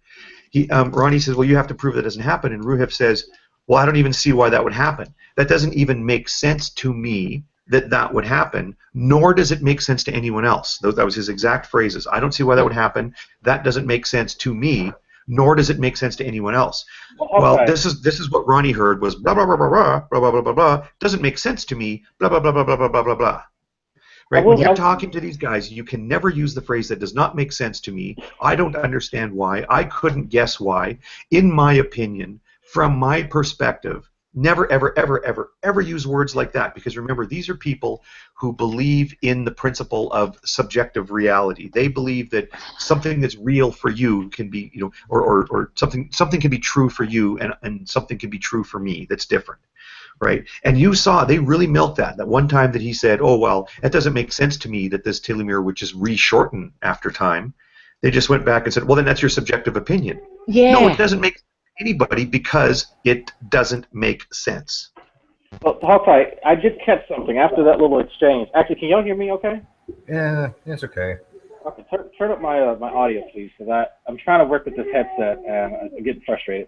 But I listened to it about 2 or 3 times, and you do hear C. Brown ask True to give Roohif 2 minutes. Immediately following that, T. Brown hadn't even gotten out the entire sentence yet. True had to go on about I want to say it was about a 3.5-minute rant on what he thought Roohif was saying, only to have Roohif say, no, that's not the hypothesis. But it's too late. He was already set. He knew it. He knew exactly what Roohif was trying to say. And I just found that amazing that even after his Christian brother had said, wait, hold on, let's give him 2 minutes. Let's give him 4. Still couldn't fucking do it. I just couldn't believe it. So basically, Ronnie was coming up with this bizarre, strange hypothesis. And yeah, Jefferson, I love what you said. Telomeric refusion based on Legos. Yeah, using Lego mirror. Lego mirror. But he has this really bizarre hypothesis that none of us would ever even think of. It's just so what the fuck. But he actually wanted Roohif to explain to him to disprove it instead of having somebody who has a bizarre hypothesis like Ronnie did. Instead of having him explain to Roohif what he means by it and say, look, okay, let me show you by that. He wanted him to disprove it to Ronnie. It's like, wait a minute. What you're saying doesn't even make sense. Why do I have to disprove that to you when you can't even explain to me how that would even be possible in the real reality? Well, what Ronnie said potentially could have been defensible if he would have said, again, that this has to do what Ronnie's taking exception to. Roohif is trying to show Ronnie an example of what a non-disputed fusion site, right? So let's discuss it in these terms. That the Indian muntjac has a bunch of these things that when you look in the chromosomes, you see, some stuff, and then lots of TTA GGGs, and then there's a thing, and then off the rest of the strand, and there's lots of those. And then human chromosome 2 has that same feature, but then also has the complement in reverse going out the other side.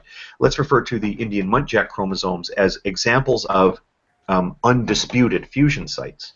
Mm-hmm. Apparently, even Jeffrey Tomkins agrees. Which yes. we got to discuss that moment. We got to discuss that moment when the pre-Roohif getting kicked.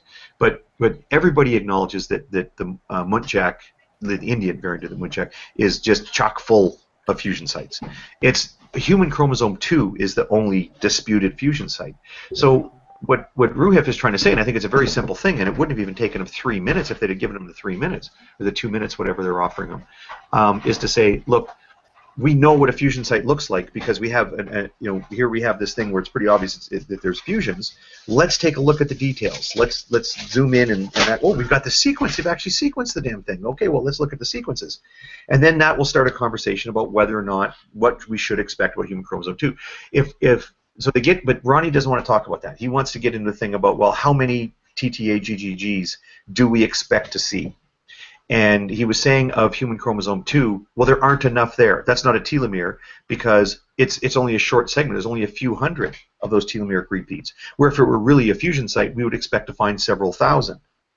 Well, as Fiona was just pointing out, if you had several thousand TTA GGGs, there's the potential for it to form a T loop, and then you got yourself a telomere, and the thing doesn't, whatever. But anyway, so Ronnie gets stuck in this thing about, well, how many telomeric repeats do we expect? And he thinks that, well, in human chromosome 2, there aren't enough. It's only a few hundred.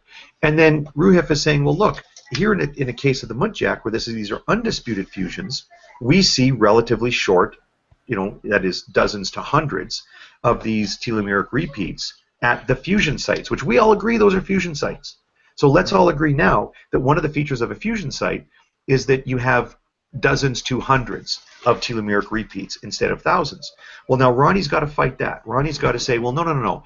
Perhaps if he would have said this, I could have gone. He said, well, maybe the reason that there are not so many telomeric repeats, there's a fewer number of telomeric repeats, is perhaps because the muntjac is such a weird animal that it's had so many multiple fusions that something else might have happened. Has anyone considered the idea? This is a question. Has anyone considered the possibility that the reason we're seeing relatively short sequences, smaller sets, dozens to hundreds of telomeric repeats in the muntjac, is because of whatever peculiar feature is there that gives them so many of these repeats? Mm-hmm. Is that a stupid question? Well, yes, it is a stupid question. But at least it's a question. That's not what he did. Ronnie said, well, of course they're shorter sequences. Of course we see less repeats. I would expect less repeats. we would expect less repeats. And that's the screw-up, is his declaration, his certainty that there ought to be less repeats because of the repeated fusion process. Yeah. And that's just an example of how we can't have a normal conversation, because he declares this to be the case with no basis for declaring it. And demands that you refute what he's saying, even without him substantiating it. Even if you haven't even made the point. That's what I love. Here's how this is going to work. That's the line. I love that line. Here's how this is going to work. You're going to answer my question. You're in my room now. You're in my room. You in my house, motherfucker. I love it. I fucking love it. Like, Roohif is just like, can I just speak? Can I say what my position is? No, fuck you. Oh, and I'm sorry, I wanted to I will give props to C. Brown, and I think even Matthew had said, hey, let's give him time to make his arguments, but he really wanted Roohif to actually make Ronnie's argument for him or explain I will give it to him. I'll give him props, then I'll revoke it. So earlier, Fiona had made a post about sort of like, I mean, a lot of us try to talk to Antonio because the rest of them we know we can't talk to. I think when Antonio's getting frustrated lately because everybody tags him in messages being like, oh, well, you know what, Antonio? Sorry, Steve, go ahead. When people message Antonio and they're like, come on, man, come on. Well, the reason that we do that, if Antonio ever watches this, I'll let him know that the reason we do that is because there's actually some faith or hope that you're a sensible person. But there's no way that I'm going to write to G-Man and be like, you know what, G-Man, I had a thought about maybe how you could be a little nicer to people, and G-Man, please take my thoughts into your heart into consideration. Like, he doesn't listen, nobody cares. But Antonio, at this stage, strikes us as somebody who's actually honest and open-minded, and et cetera, et cetera. Well, Fiona put up that message today saying, look, Antonio, I have real concerns about the way you guys approach this conversation with Roohif. And I think at that point she still hadn't seen the part after Roohif was kicked and didn't realize it actually got worse after he left. And then I posted, in my nicey nice way, something like, well, to Antonio's credit, Antonio did say, let's give Roohif some time to make his point. But then I listened to it a second time and I realized Antonio never said that. King Matthew said it once. Then a moment later, C. Brown said, yes, let's give him his 2 minutes. And then nothing. They never once said, come on, Ronnie. Like, you gotta, if you're gonna stand up for a guy, don't ever claim. This is why I say I'm willing to give him credit for that, and then I'm gonna revoke the credit. Don't ever come to us and claim, well, look, I stood up for the guy. I was trying to be fair. I was trying to tell Ronnie to be fair. You weren't trying that hard. You said once, let's give him 2 minutes, but then you never once said to Ronnie, like, seriously, let's let the guy make his point. And instead, what you did was you participated in the interrupting. You prevented him from making any of the points he made. You started peppering him with these irrelevant questions when he's answering another question, and then you're watching as Ronnie is muting him mid-response to a question, and you're not saying anything about it. And then once he's kicked out of the room, you guys, all three of you, King Matthew and Antonio and C. Brown, all participated in this bizarre rewriting of history and what happened in that conversation. You sat there and went, oh, look at how he showed that Tomkins paper trying to convince us that, Tomkins supported chromosome 2, and look at how he was evading this, and look at, he really doesn't know anything. The fact that you guys would support Ronnie and Ronnie's claim that Roohif didn't even read the paper, that's childish. The whole group of them, and I include Antonio in this, the whole group of them, that was childish, and they do owe him an apology. Yes, I mean, that's the point that I made, that one hangout, I think, has destroyed Antonio's reputation. Oh, he was horrible. He was horrible. I mean, like I said, he's blocked me, so I don't care one way or another. I've lost all respect for him. Yeah. Well, that's good. The only way that he can repair that damage is an apology to Roohif, because it was absolutely disgusting, and I can no longer even consider that Antonio is doing his best to be fair, because what happened in that hangout was anything but fair. They drag it a lot of background. They shouted over him. They interrupted him. I mean, the shouting. There's no need to shout in a hangout like that. Yeah, we all have heated moments. But there is Roohif sitting there quietly, and they are actually shouting at him and insulting him. And the behaviour was absolutely despicable. Now, there is no way I can then consider that Antonio is trying to be fair anymore.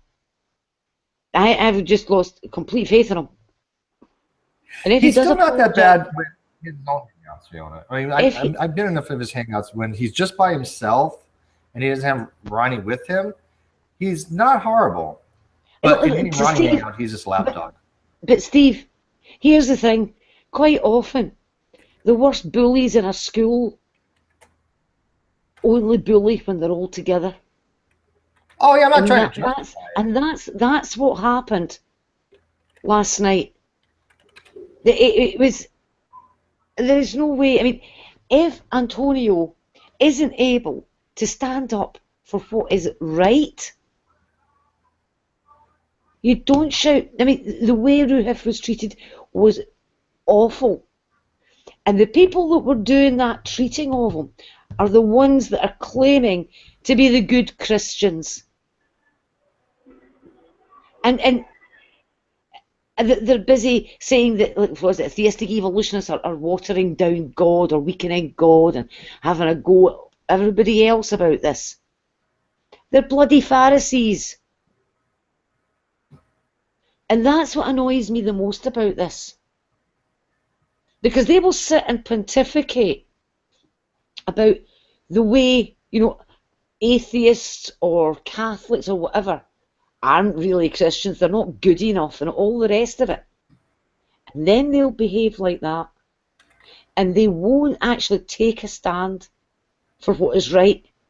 They will stick to their brother in Christ and condone any behaviour that they see coming from that person because they're not an evolutionist, in quotes again. And that's the them and us. It's not atheists and Christians. It's creationists and those who accept evolution. That's what it's about. But they will use religion as the reason. They will use it to batter people over the head. They batter the moderates over the head with it.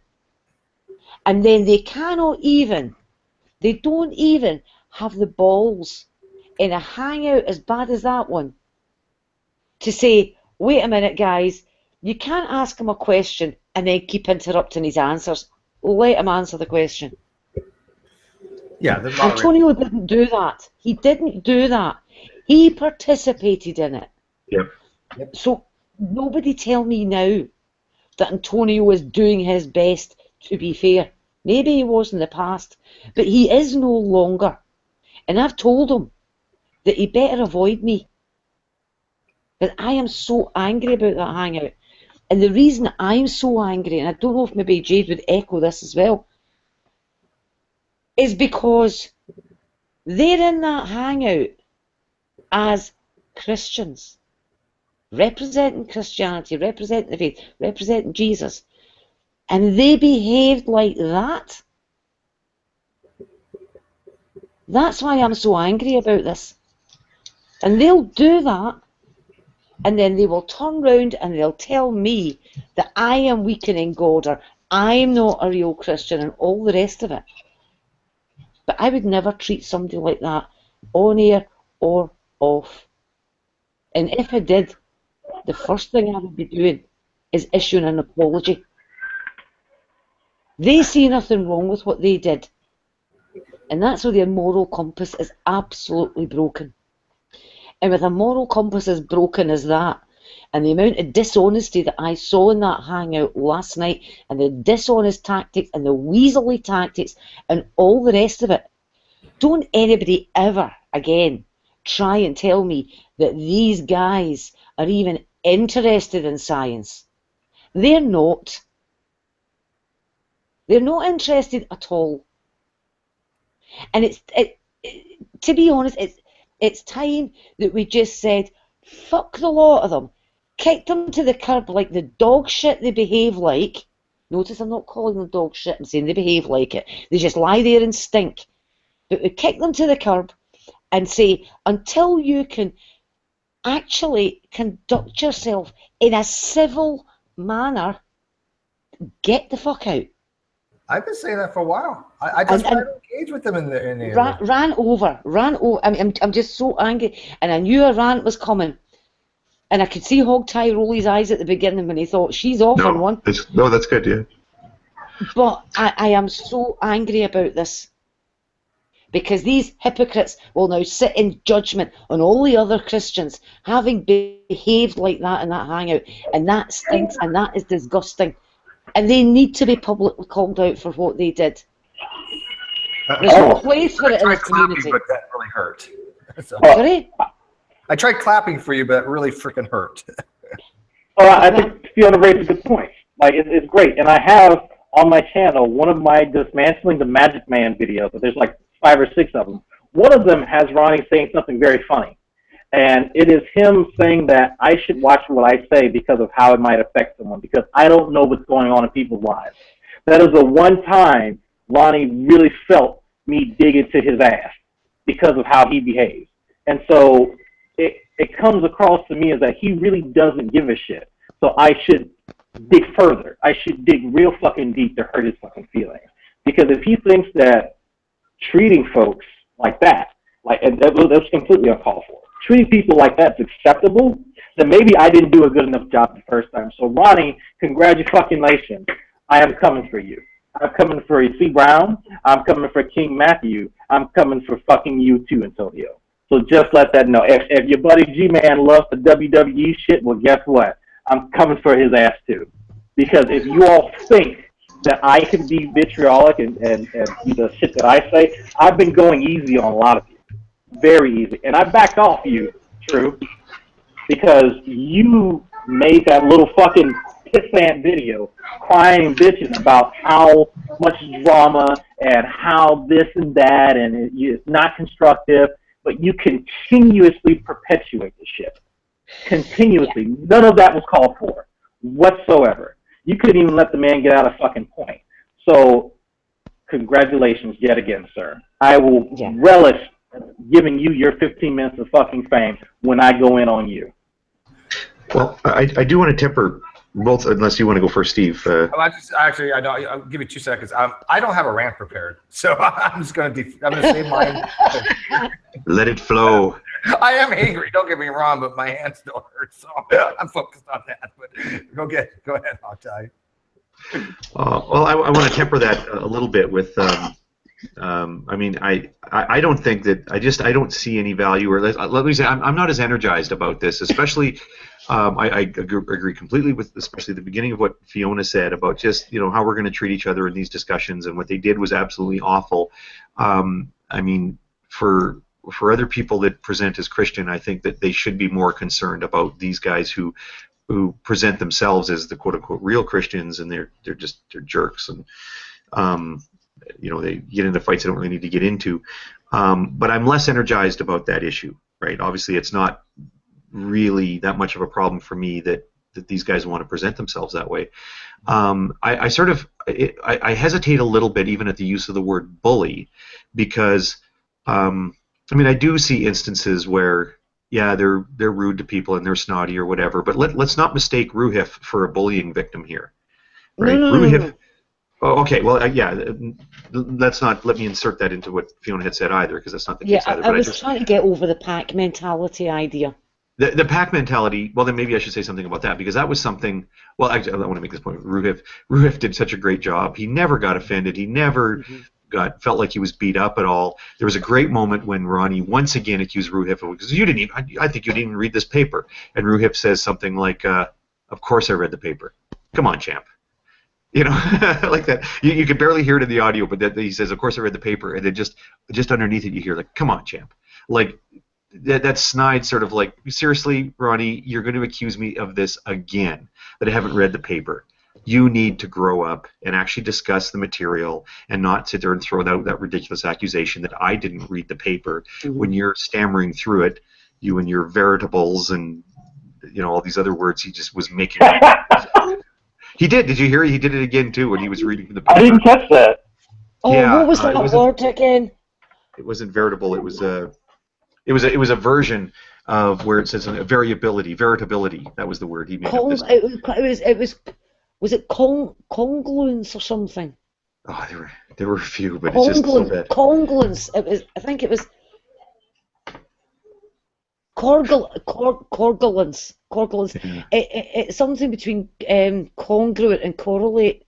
Yeah, we definitely have to take a moment to, unless you did this already, Steve, but definitely take a moment to sort of revisit what happened, starting at about the 40-minute mark up until about 5 or 6 minutes later when Roohif gets kicked out, when someone had said about, well, how do you even know that these muntjac things, chromosomes, are actually results of fusions? What other scientists are saying this? And Roohif was saying, well, many, pretty much everybody. In fact, even Tomkins does. And then they give it the paper. He said this will blow your mind. Yeah. He even cited he even cited one of the creationist pages. I don't know what it was. That Tomkins was saying this. Yeah. Well, actually, you know what? I wanted to make a point about this sort of social climate thing and about the peer pressure and the bullying. But you know what?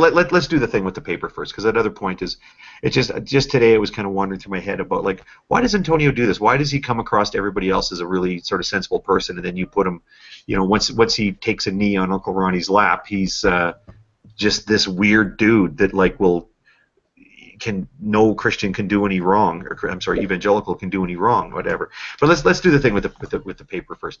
Yeah. So around a little after 40 minutes, somebody says, well, how do you even know that these things are a fusion site? Well, that wasn't even under dispute. The Indian muntjac clearly has multiple fusions, and all of a sudden now, 40 minutes into the discussion, now we're going to say, well, heck, we don't even know if those things are you're showing us these things, but we don't even know if they're fusions. Hell, you could be a brain in a jar. You know, you don't know. Like, you can't prove any of this. And he's like, well, what are you talking about? And then he said, well, I want to know if some other scientists that say this. So that's when Roohif says, oh, there's all of them do. In fact, I'll give you a reference here, and this will blow your mind. Jeffrey Tomkins recognizes that these are fusions.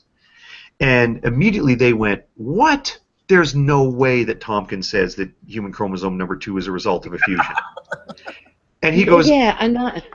And immediately Roohif says, no, Tomkins doesn't think human chromosome number 2 is a fusion, but he does agree that the muntjac has a fusion. So very early after the 40-minute mark, Roohif has been asked for proof that Tomkins, and they use Tomkins' name in vain. It's a great moment. You guys should all go back and listen to that again. Everyone in the audience who's got access to this link, go back and listen to around the part when Roohif says, this'll blow your mind, and listen to the next several minutes. It's so interesting, because when he said Jeffrey Tomkins, their minds were blown. Just rage-filled, like circuits, sparks shooting out. Error. Yeah. You just used Jeffrey Tomkins' name to, what is with you? And so Roohif established very clearly that, so Roohif was asked to prove that, yes, the Indian muntjac has chromosomes that are a result of multiple fusions, and further, that Roohif was very clear that Tomkins has made this claim, has put in writing his agreement that the muntjac is the product of multiple fusions, and also Roohif made clear that, well, no, obviously Tomkins argues against human chromosome number 2 being the result of ape chromosome fusions. He was perfectly clear on all three of those points. Yeah. The idea that they would try to insert into, well, obviously Roohif is trying to claim that Tomkins says that human chromosome number 2 is a result of a fusion. Are you fucking kidding me? No. Like, Tomkins is famous for one single thing, and that is objecting to human chromosome number 2. Please, yes. Can I read this out? This is from Tomkins' actual paper. It's more DNA evidence against human chromosome fusion. So I scroll down and I actually find the bit. And it says this: a third major problem is the fusion site contains no type of sequence called satellite DNA, brackets SAT DNA. In chromosome fusion events that occur in nature in living mammals, a very rare event, the DNA signature always involves SAT DNA producing a DNA signature that occurs as either SAT DNA to SAT DNA or SAT DNA to telo DNA sequence. And it then has three superscripted numbers, 4, 5, and 6. That's the references. So we wander down to the references. And reference 4, and this is what he's talking about, that you find in nature, that is a true fusion. Sapuri v. et al. 2008, comparative sequence analyses reveal sites of ancestral chromosome fusions in the Indian muntjac genome. That's genome biology 9, brackets 10, R115. That is reference number 5.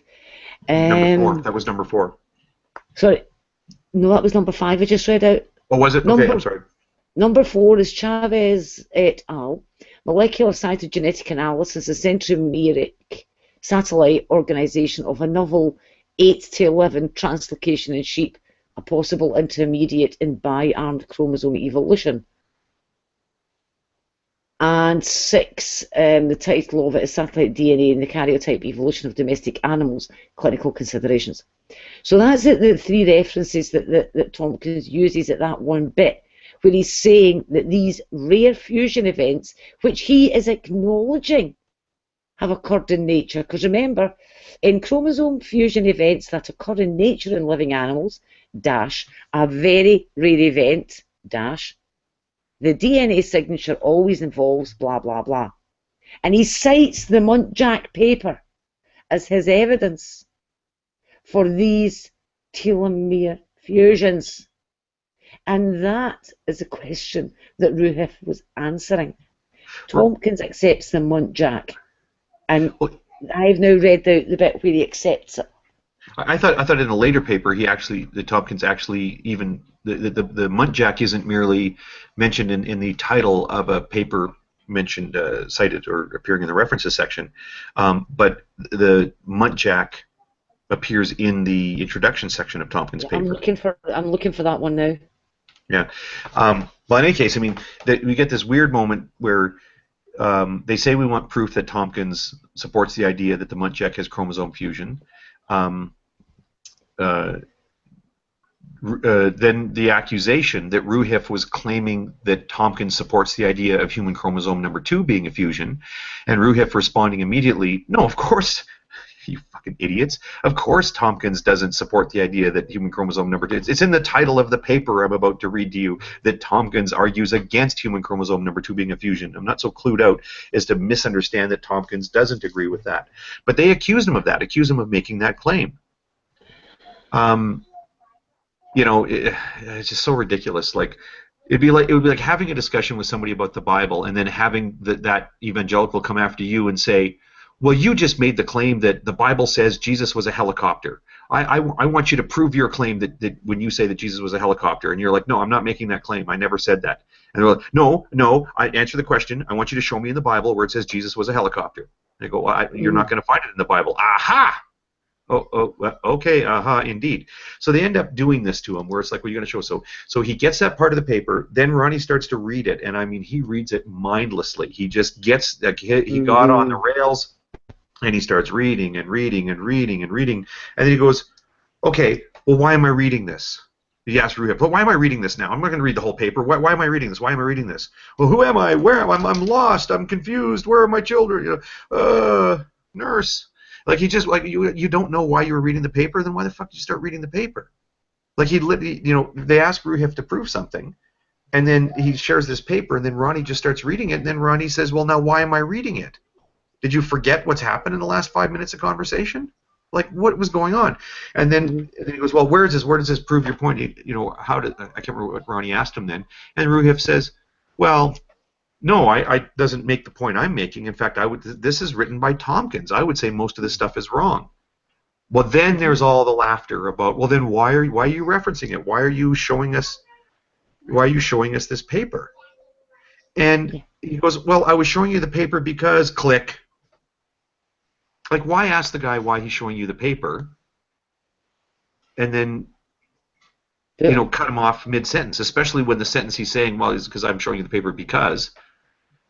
It's a really, really weird moment, especially when it was an off-air hangout. It wasn't for, dramatic reasons or because they had a lineup of people who wanted to get in the hangout. This was supposed to be a calm, casual conversation set up amongst some people who, supposedly respect each other. And then for people to treat him like that, I just went, Oh my God! Like it was one of the worst kicks I've seen. Yeah, it was. As I said earlier, I think it was worse than any hangout that G Toddler has ever had. Do you think one of the problems that we're having about why Tomkins accepted the muntjac fusions, because there was I think it's actually it is on ICR. There's a portion near the very end that says functional genes like the DDX11L2 do not arise by the mythical fusion of telomeres. And if you remember early on, they were actually promoting this, that telomeres don't fuse, right? They're like, remember, they're asking for evidence. And show us a paper of a telomeric fusion, and we found how many they're out there in the cosmos there. And you think they're kind of going back there? They're saying, okay, well, why do you think the muntjac has all these fusions, even though they're telomere to telomere, there's telomere to sap? But do you think this is going back on their mindset? Well, how do you know that those are fusions, even though Tomkins had actually said he's fine with them being fusions? That's not even contestable. Yeah, and I think I think it was quite telling that they actually lost sight of the question that had been asked, which prompted Roohif to cite Tomkins. That's the worst part of it. That was their question. Yeah. Their question. That was really strange too. Yeah, I mean, they had asked him, and then he's there trying to explain it. And then they don't even know what the hell that was going on. Yeah. They lost the thread simultaneously. Yeah, but they boot him out because they've lost track of their own question. That was surreal. That was surreal. Do you need presenting, Hog? I'm going for coffee. No, I'm still looking for that particular paper. I can't remember. Yeah, I'm just looking for the particular. Maybe it was the alleged human chromosome 2. His titles are so similar that it's very easy to get the articles mixed up here. But I know the more evidence, the et cetera, et cetera. Anyway, I'm just looking for the one here. Oh, again, he's still referring to the papers. I might be mistaken that was actually in the actual text of Tomkins' paper, that he says that the muntjac shows proof of fusions. So no, I'd happily screen share it if I could find it, but I mean they read it out loud in the hangout, so the title is readily accessible. Oh, why didn't I do it that way? Who else has got an observation? Because otherwise, the Antonio thing, I will, unless somebody else jumps in. Nobody's talking. I get the feeling I'm disconnected again. That was weird. My hangout went. Oh, okay. Rumpus was trying to talk. Yeah, normally you give him half a chance. He'll jump in with a topic. I did spend a little bit of mental energy today, not a whole bunch, but thinking through, like, why is Antonio like that? Where he's so reasonable. Like everyone he talks with, he's reasonable, and then as soon as he gets on Ronnie's lap, he's just this weird. Oh my God, you know. And I wonder if part of it is to do with how in those circles, in the radical evangelical circles, what they call friendship is, or respect or any of that stuff, is very much a conditional thing. They will say that they're told to, love your brothers and sisters in Christ. They're told to love your neighbors. They're told to love your enemies. But whatever, that's not the case. All they have to do is just declare somebody not to be a brother or sister, and then poof, now you don't have to worry about how you treat them. And they do that all the time, and it's really conditional. Like I think you look at how they've been treating Wayne Fillmore lately.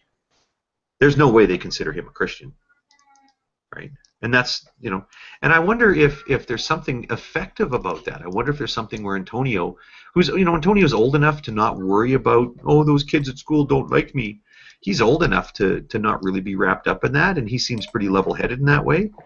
And yet, I think he knows that as soon as he stands up to Ronnie, then he is going to be on the outs. He won't get a front seat. We do hear you fine now, Rumpus, so I'm curious to hear what you were going to say, but let me wrap up on this point. Right now, boy, with Ronnie's hosting a hangout, Antonio is right there. He'll never be turned away from a True Empiricism hangout. But if he started telling True Empiricism, like, hey, come on, let the guy finish his point. You said you'd give him 2 minutes. Let's give him 2 minutes. Or, you're kind of mischaracterizing what the guy said. Why don't you let him restate his point and make sure you get it right so you're not arguing a straw man? If Antonio ever said stuff like that to Ronnie, he wouldn't be in Ronnie Hangouts anymore. So maybe he's reacting to that. I don't know. How's the rumpus today? Hey, Octai. Not too bad, not too bad. I went a bit late, to bed too late last night after your little hangout. Yeah, I'd like to have talked about old Darwin's deity. You're not answering the question. You're not answering the question. Let me repeat the question. How are you doing today? Well, I need to refer to my foundation beliefs. Again, if you're not going to answer, let me repeat the question for you. How are you doing very good today? Oh, you're going to interrupt. Okay, I'll have to start over again. I'm going to try to ask you a question. Very good, Octai. Come in and hijack my hangout for something. No, I didn't want to talk. I wasn't going to hijack it. I was going to go. I've got things to say. The Rumpus and I were rehearsing this for 2 hours last night. Let us do our routine. That's right. I was looking forward to having Octai, engaging with Octai on that one. We'll have to have a special hangout about it or something. And I do enjoy it when you taught me with these things. The thing that shocked me. I mean, I think we're overdoing this a little bit. I mean, we're sort of saying how we hate Ronnie and the crowd. But let's remember, these people are handicapped by this stupidity. They genuinely believe that Roohif wasn't answering the question.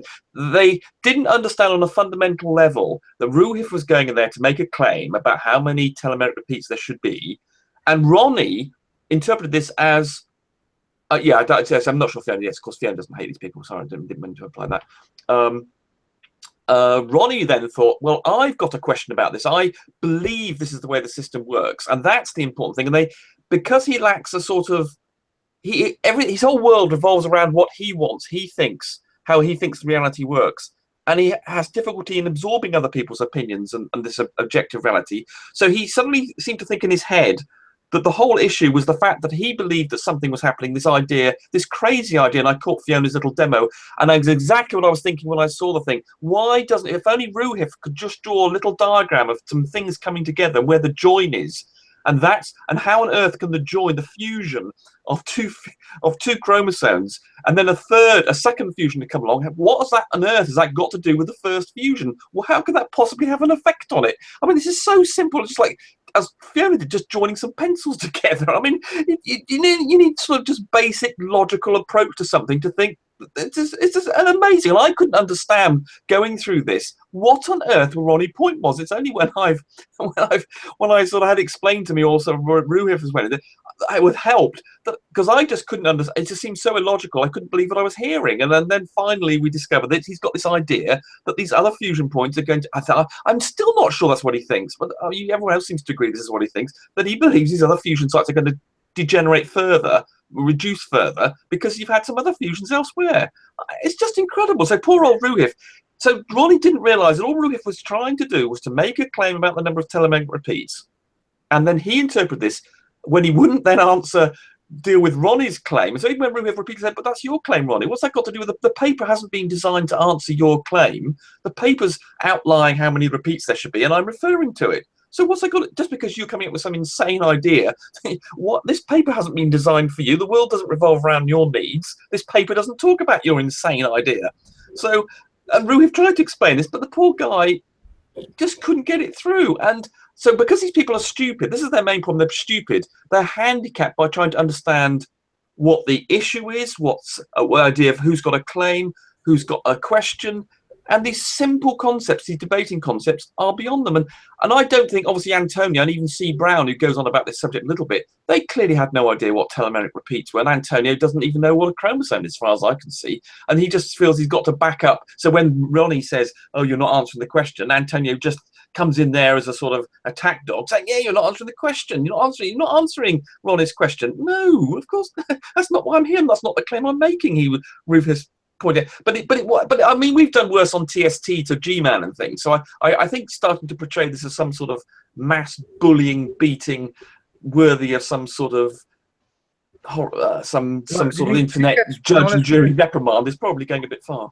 Well, it's okay. I mean, everybody's ranting, but did you catch Fiona's rant? Because I did catch Fiona's little. I caught half it. Unfortunately, my machine crashed or something. So, well, I mean, basically, boiled down, is that I agree.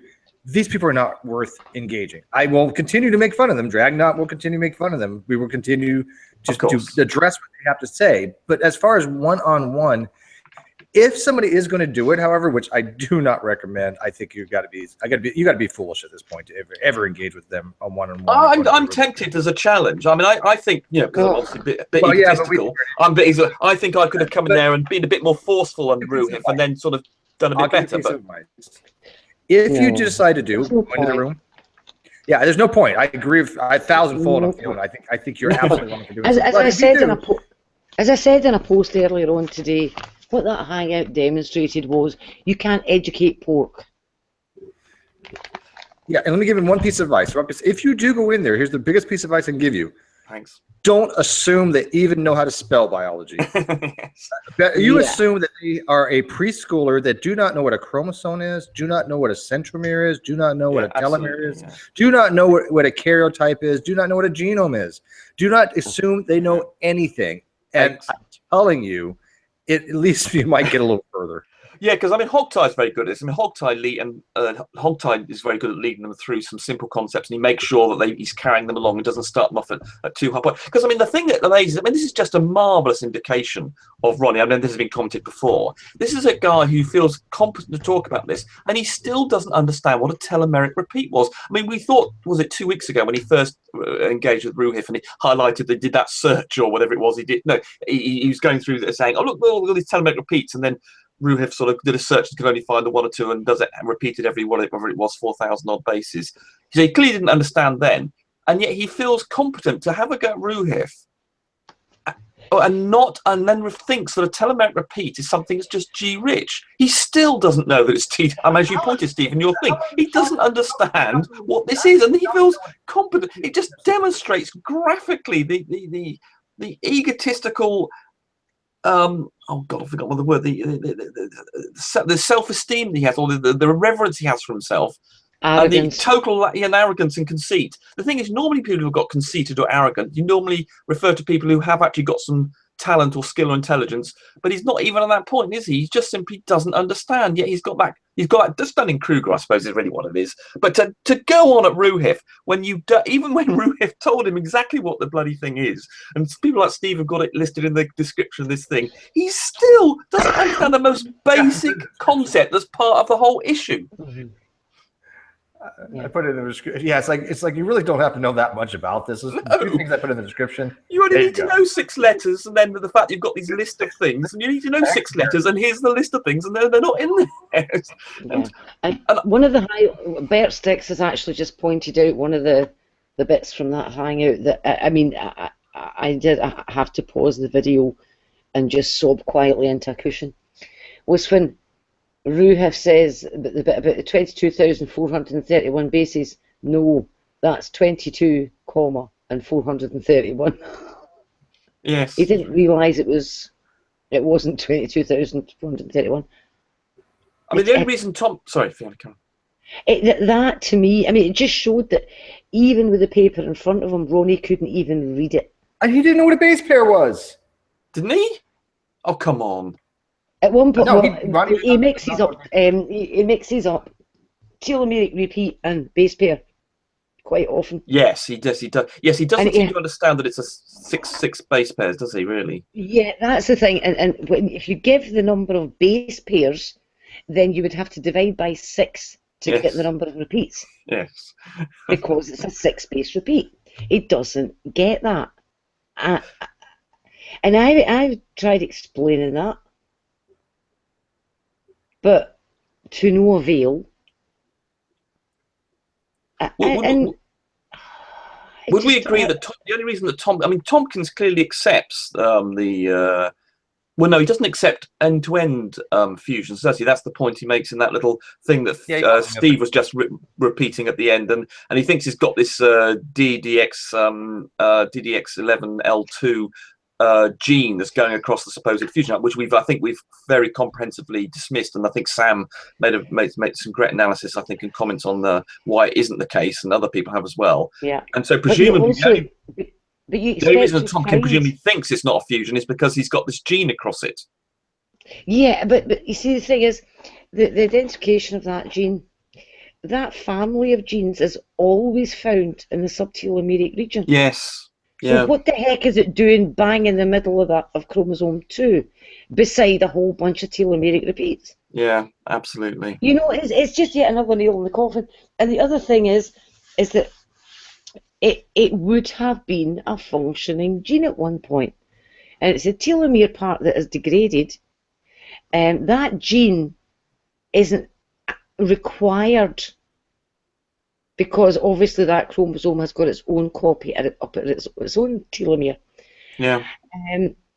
But when you join DNA together, if there's a promoter there and transcription begins, unless it runs in to one of the areas where you've got your some sort of problem with the sequence, you would just get a read through anyway by accident.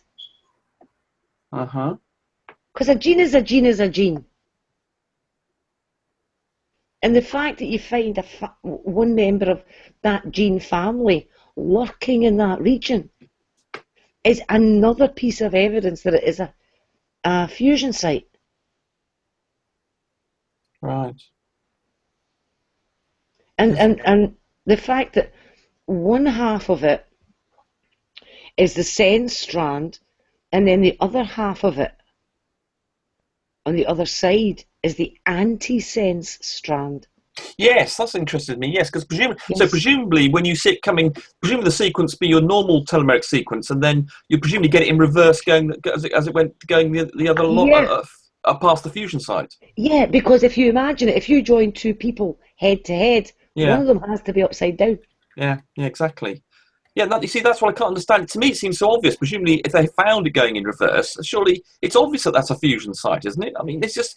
and this DDXL2 business, when that's also being invalidated, and I presume, I suppose, Tomkins doesn't accept this being invalidated, he's going to have to say, surely he's going to be compelled to say, well, okay, we've got a fusion site. Though he does claim that we've only seen fusions of satellite DNA to satellite DNA and satellite DNA to telomere DNA. So presumably he's claiming nowhere else in the human, in the animal kingdom or wherever, we've seen telomere to telomere. Mm-hmm. You can find telomere to telomere in the Google Scholar. The whole thing is just surreal. But no, I mean, I don't think that at any time on TST has anybody been treated the way Roohif was last night. Oh, come on! We had G-Man on. Was it about a month ago? And he came on, and also Matt Bell came on, and old JD Kane just started just shouting abuse at him all for about I don't know 20 minutes or something, saying, "Are you licking? That's right, are you licking Ozzy's bottom or something?" Or you, etc. etc. It just goes to just continuous stream of abuse, and we all sort of semi-joined in. So I think that's actually quite a bit worse. But of course, he could have. But he wasn't coming in there. Obviously, Matt Bell sort of knew what was going to happen to him. Yeah, here's the problem that you have. TST talking shit Tuesday. Yeah, it's obvious what's going to happen. Yeah. Well, I think only a little liberty is gained by that. I mean, people can't be surprised if they know the format and the content of the show. But I don't think I don't think you sort of print yourself a license to treat people poorly by giving your show a particular name. I mean, maybe to a certain extent you do. Like if you had a show that you just called, we're a bunch of jerks, then obviously people can't, And then the thing is, there are no real rules about it. I mean, you got to follow YouTube's community guidelines, and that makes sense. But I'm saying in terms of the standard that we set for ourselves, I don't think that JD prints himself a license by calling the show that, but by the same token, I don't think it's so bad. I think that maybe there are some circumstances people can point to. You go back and watch a show and go, well, we're a little unkind to that guy, or didn't let him talk enough to explain his point. It was too much of a wolf pack. I'm sure you can find examples of that. Mm-hmm. Again, it's a different style of a show. This is very different than when you invite Roohif essentially you're inviting him over for coffee, and you're saying, hey, I want you to explain to us. I want to see your evidence. I want you to roll this out. And the implication is you're not there to roast or grill the guy. You're there to get the information. And then you treat him like that. Plus a point that I love repeating is, you tell one of them that they're an idiot, and they press the back of their hand against their forehead, and they get dizzy and swoon, you know, they need a fainting couch now because oh, can you believe they called that believer in God an idiot? Like that's just an attack on the Christian faith. You know, it's just such a big deal. And okay, so you're going to be called an idiot or worse names. I don't think. Not that I support people just going to personal insults and name calling. That's not at all the argument I want to make here. But you know what? You cannot express concern and being all distraught that somebody does that when either in the breath before or the breath after you're going to say something that's actually slanderous about the other person.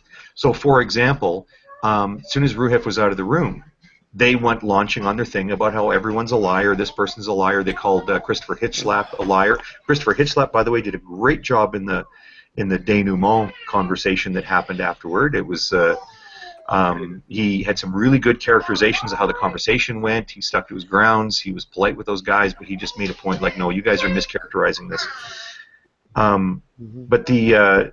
But they said Christopher Hitchslap is a liar, and then they took after this thing about how people are saying that Roohif had written something that Tomkins reacted to with regard to a software bug that led Tomkins to an incorrect conclusion. And then Tomkins did, based at least in part on Roohif's advice, come back and at least partially correct what Tomkins had gotten wrong as a result of the software bug. They're now claiming that that story is a lie and that Roohif is a liar for having ever made that claim. Even though the reason I knew about this was because I had read that material under Roohif's real name before I knew that Roohif was that guy. Yeah, same here. Same here. Yeah. And that's the thing. I think, again, it is judging everybody by their own standards. Yeah, And I think. Sorry, Finn. They don't realise that some of us, you know, we've been involved in this community for quite some time. We've been round the block a few times, and we're aware of a lot of things that they think is news to us.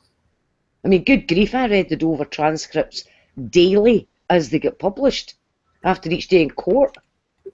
Now, for them to say that this isn't true about Roohif, all it is trying to blacken his character. Mm-hmm. That's all it is. They can't accept, the evidence is there that Roohif did do that. I knew all about it long before I knew that Roohif was that guy. Just the same way Hogtie did. I knew all about it as well. I knew that it was somebody else from the evolution side that had to get in touch with Tomkins and let him know about the bug in Blast. Because for some reason, everybody knew about it except Tomkins.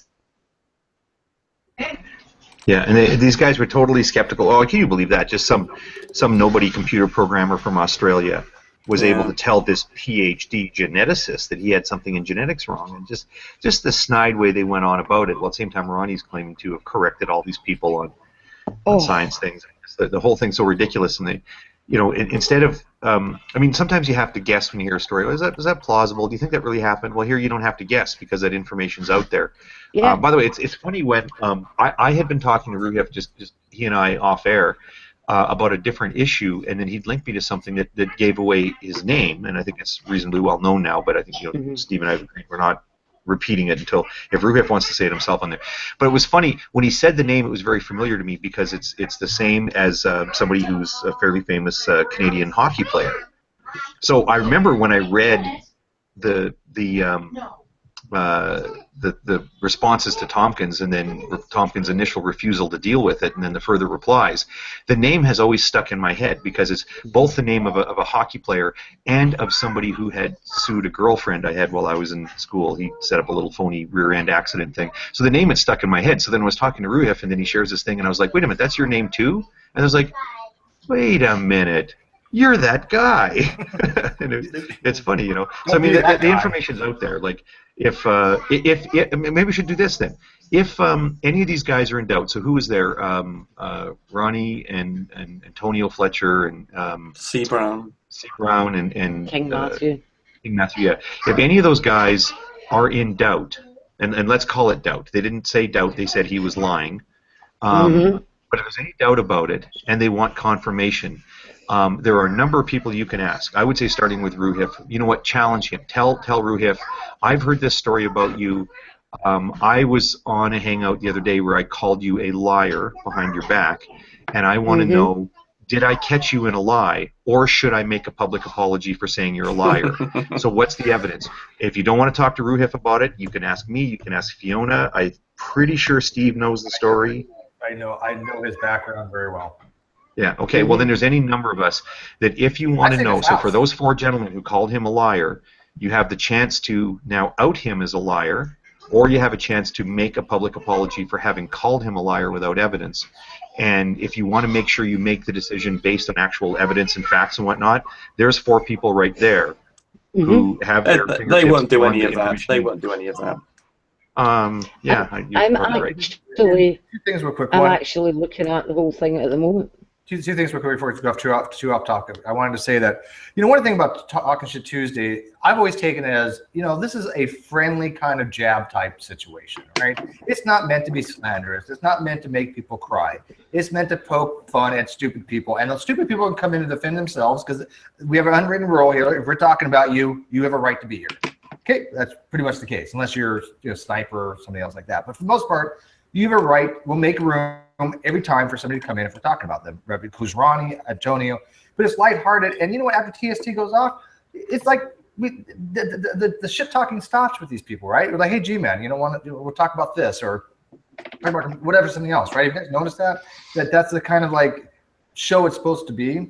And the other thing is, and this is not a big secret because, again, certain things we do know about Roohif, but he put this out the other day. Trivia: he actually had just recently bought a house, and it's the house of a very famous serial killer in Australia. Really? Yeah, did he get a break in the price? House, right? It's a murder house. Did he get a break in the price? Gorgeous. And I'm like, I still wouldn't live in it. He's like, why? You're scared of like ghosts and shit kind of thing? I'm like, no, you got fucking spiders that'll kill you. Oh yeah, no. If the house is in Australia, that's a deal breaker right there. I would never live there. I think the whole time. I'm like, no, because you got spiders that'll fucking kill you.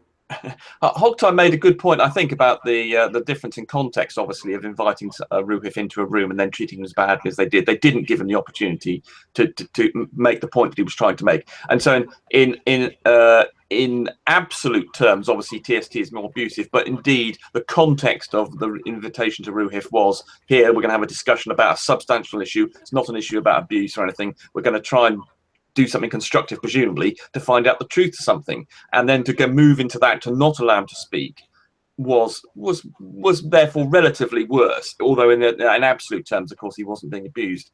And also, I think another point about Hogtie and Ronnie is that the fact that those sorts of people can't evaluate that someone like Roohif is credible. I mean, when we speak to Roohif or something and he makes some comments, we can immediately detect, possibly because we know a bit of science as well, we can appreciate when someone else is talking sense and they are stupid and ignorant and therefore they can't make that evaluation. So they do equate Roohif with some of the guy who's just come off the internet making some claim, whereas we can say this is a guy that clearly understands science, we understand that, we can appreciate it, and therefore we prepare to say, yes, okay, this person could have indeed done something as substantial as to correct someone who had posted a paper. They're not equipped with that knowledge or that ability to analyse. Could I just something I've just found?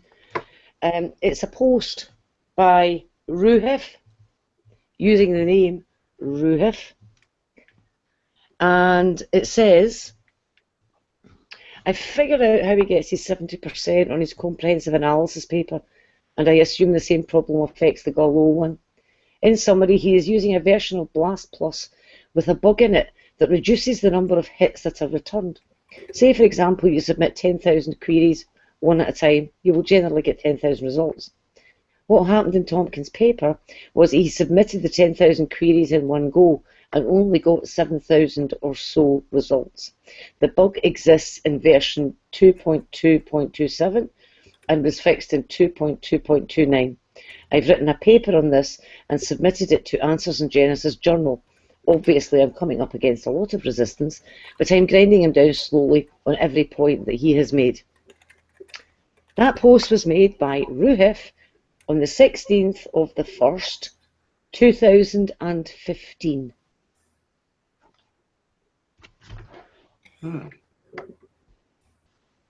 Yeah. So there we have it. Oh, and that's even under Roohif's name, so it's That's not. under Roohif's name. That is under. It says Roohif. This other person's identity, yeah. Yeah, it says Roohif. Where did he make that post, on G+ or something? No, hold on. On a.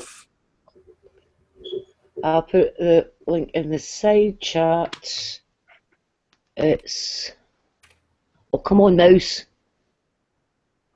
Oh, did we just lose Dragnord? Yeah, he's kind of been popping in and out. I don't know what the issue is there.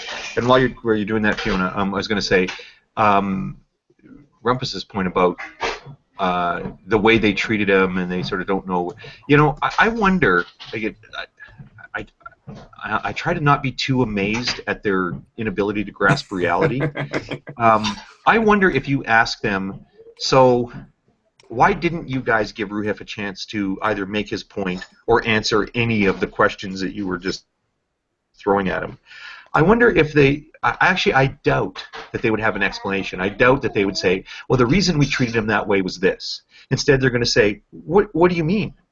We gave him, like, he was in the room for 45 minutes. He had all the time he ever needed to make that case.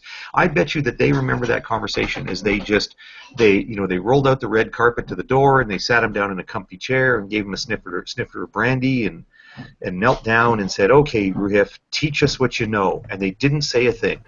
They'll say, well, yeah, we interrupted him a little bit here and there, but that's because he was dodging and he was being evasive. And they don't realize, no, you need to listen to that hangout and realize there was not a single occasion that Roohif was allowed to talk. Apparently somebody with a stopwatch reports that there was one stretch where Roohif spoke for 47 seconds.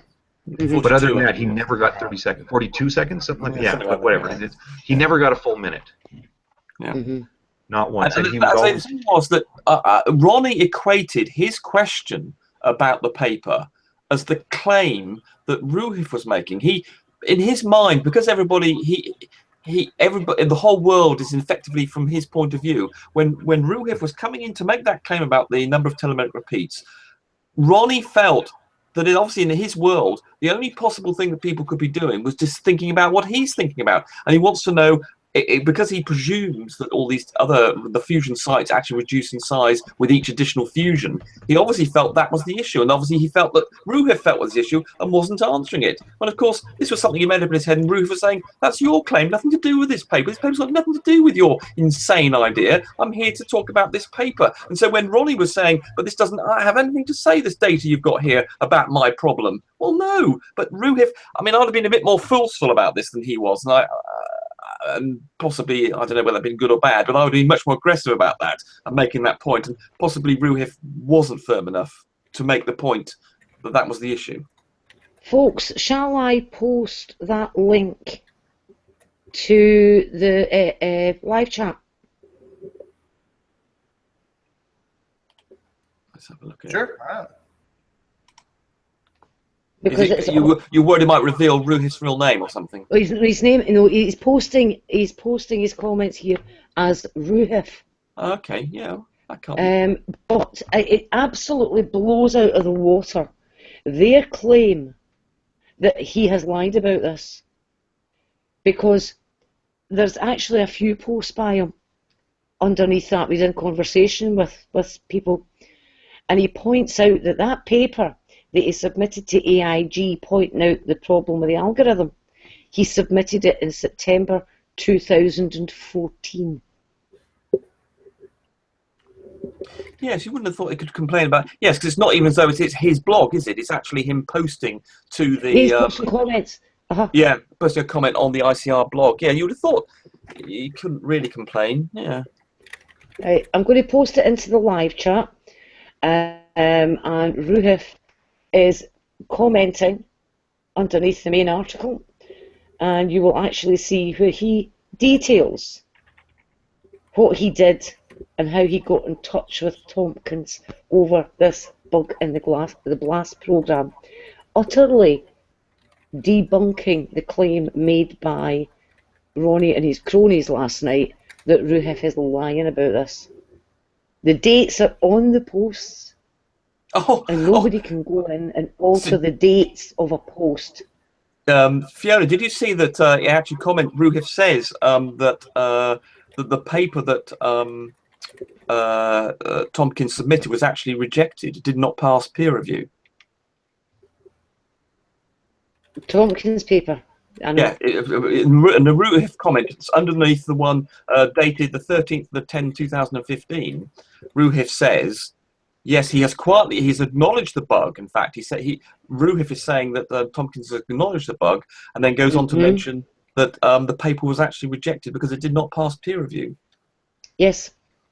Yeah, the editor Andrew Snelling told Roohif. So the editor of the paper. So presumably this is the editor on where did he try and get this published? This paper is it just ICR? But Andrew, he says the editor of something. I'm not quite sure what. Told Roohif that the Tomkins paper. Oh no, sorry, no. Told me that. Oh, sorry. Hold on, I'm maybe getting. Oh, that was his paper. Sorry, I might be getting this wrong. Actually, Roohif's. Sorry about this. I may be getting this wrong. AIG did not publish Roohif's paper. Yes, yeah, indeed. Actually, I've got this wrong. Even although Tomkins subsequently accepted the contents of it. Yeah, because it's to do with the actual search algorithm that Blast was using, and it's a glitch in the software, and that is why somebody who's into computing was able to find the problem. Yeah. Yeah, because it literally was a computer problem. I mean, it had to do with how fast you put it in with the batch. If you put them in individually, it came up with a different number than you put them in as a batch. Yeah, that's what it was all about. It's a bug in the software. Well, and even that doesn't found it. He should have known the difference. I mean, the fact that other people have done comparable analyses with different software and get figures that exceed 90% similarity. Sequence similarity when depending on a couple different of assumptions that you make. Exactly, Hogtie. He came up with a value that was completely not compatible with lots of other results. You'd be thinking, oh my God, how am I ending up with this value of 70% for the DNA compatibility, and everyone else is getting 98%? Hold on, first thing you just think, there's something wrong here. I mean, if it turns out he was right, it would be a great eureka moment. Except for the thing is, it isn't something like, remember the famous physics experiment where they turned out was it muon? What was the particle they thought was going faster than the speed of light? Oh yeah. Yeah. And neutrino. Neutrino, yeah, and they were so hesitant. They were so hesitant to put that out there, because it was just like, well, this goes against a really fundamental principle. Yeah. But then you realize, like, well, if this is true, well, then this might sort of lead to a new discovery. But they were very trepidatious about how they presented this. They didn't just shout eureka and, well, we just discarded all of physics. It was a very hesitant thing, and it took a long time before they put together a manuscript for submission because they didn't want to just run out. But no, here's Tomkins who says, well, gee, I mean, this isn't even a complicated issue. This isn't like a really complicated sort of particle physics issue. It is, here's a sequence, we've got some software that and it does the math for you, and then it comes up with a percentage. Well, everybody else is getting values that exceed 90%. The one guy that comes up with 70% has got to have a stop and think moment. Yeah, but I think that's a fantastic for those journals. I think that's a fantastic point, the fantastic analogy there, Hogtie. Brilliant stuff. That business about the speed of light. I mean, obviously the speed of light is even more dramatic than this would be, but still not that far off, because the people who came up with that discovery, they actually put it out for, I think they made the claim saying we've got this problem, and they spent a year actually asking for submissions to what is wrong with their system. They invited all sorts of people in to come and check what was going on, and they gave the data. Do you remember what the problem was? Yes, it turned out to be a lead that wasn't plugged in properly, as I remember. It was incredible, which is obviously it's not something you can really work out from the data. But they even showed the way the clustering of the data worked and the statistical analysis of it. And it's obviously a bit problematic because you're dealing with something going through mountains and things over 600 miles, and then you're trying to measure this to goodness knows what fractions of the speed of light. And so they were dead scared of making this claim, and they spent a year inviting people in to say, look, come on, prove us wrong, prove us wrong, prove us wrong. And then they finally declared it. And then even some more people came in, and then I had a quick look at this data, and they finally found a bloody plug wasn't plugged in properly. Oh dear. But yes, but it's a fantastic analogy, whole time. I think entirely appropriate. So yes, that's a good point.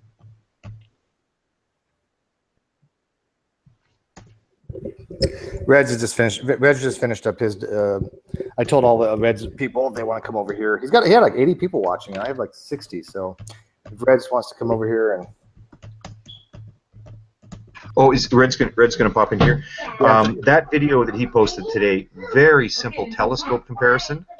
Well, I mean, maybe we should say that if he's coming over, if I'm still around, I do have to leave in a few minutes. But if he's still here, maybe I'll save that observation for them. But for people who may or may not have seen it today, that very simple telescope observation was just so compelling. That video was well produced and entertaining. It's good YouTube digestible content.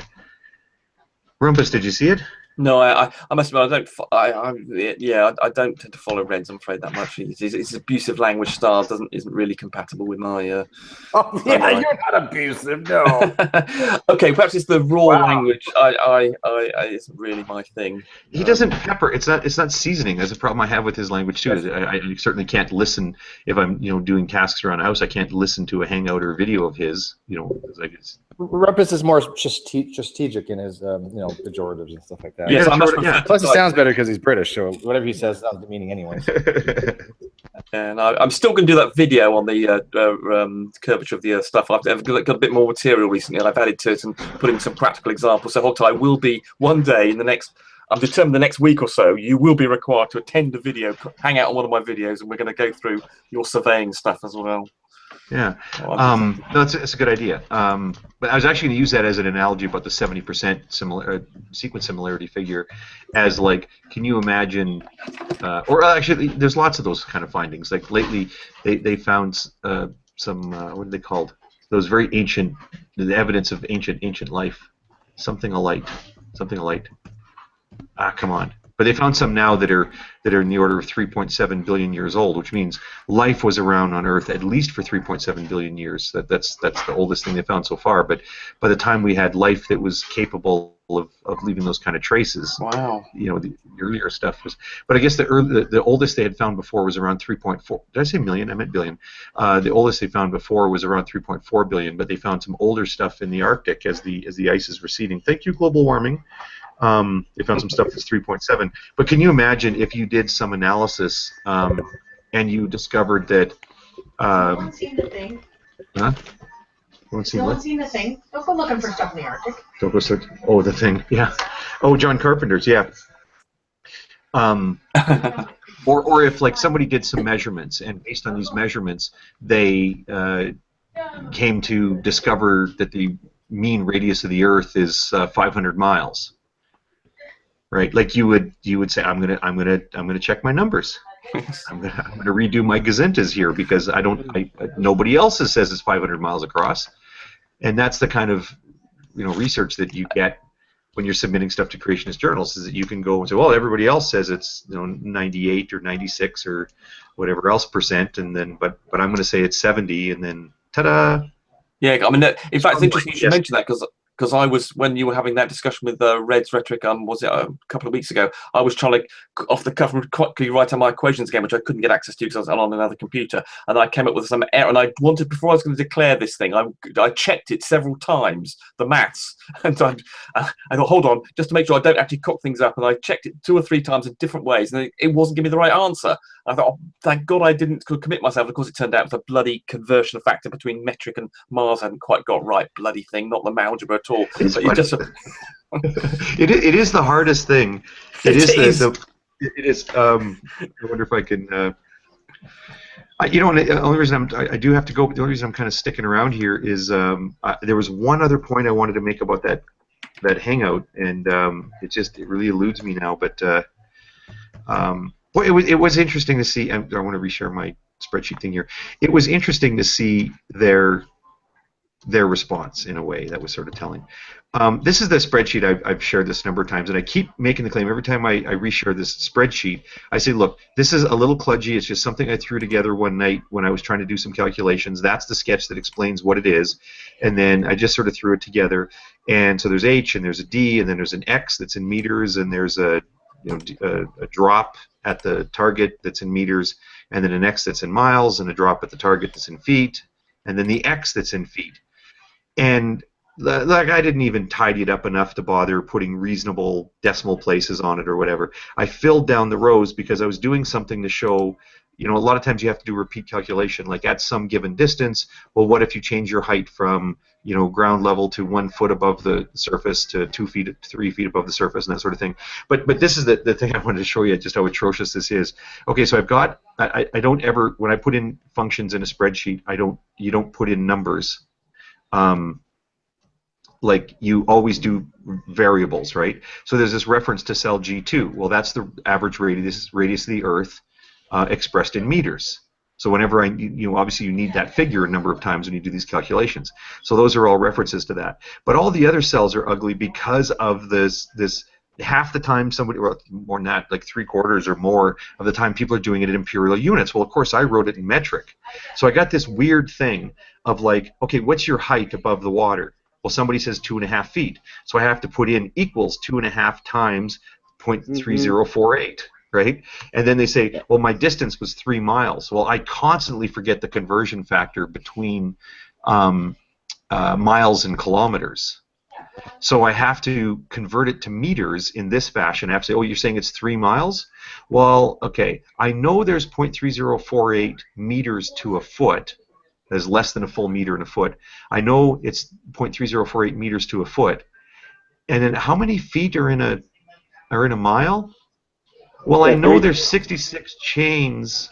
There's 66 feet in a chain. No, there's 80 chains to a mile. Like, the way to do the way to do a hog tie is it's 1,760 yards in a mile, and a yard is 3 feet. Nice Foot is number obviously 12 inches. And then there's 2.54 centimeters in an inch. And by the way, I'm not going to be outdone on this thing, hog tie.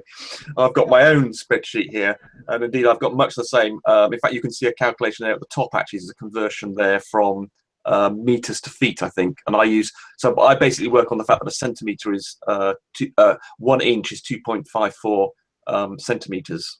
You did the same thing where you're like, instead of figuring out the conversion factor, you'll entrench it in the formula. You'll say, okay, well, I have so many meters, but I don't want meters, I want centimeters. But I don't really want centimeters, I want inches. But I don't really want inches, I want feet. So you end up. Somebody has just pointed this out in the live chat. All you do is type it into Google, and Google converts it for you. I refuse.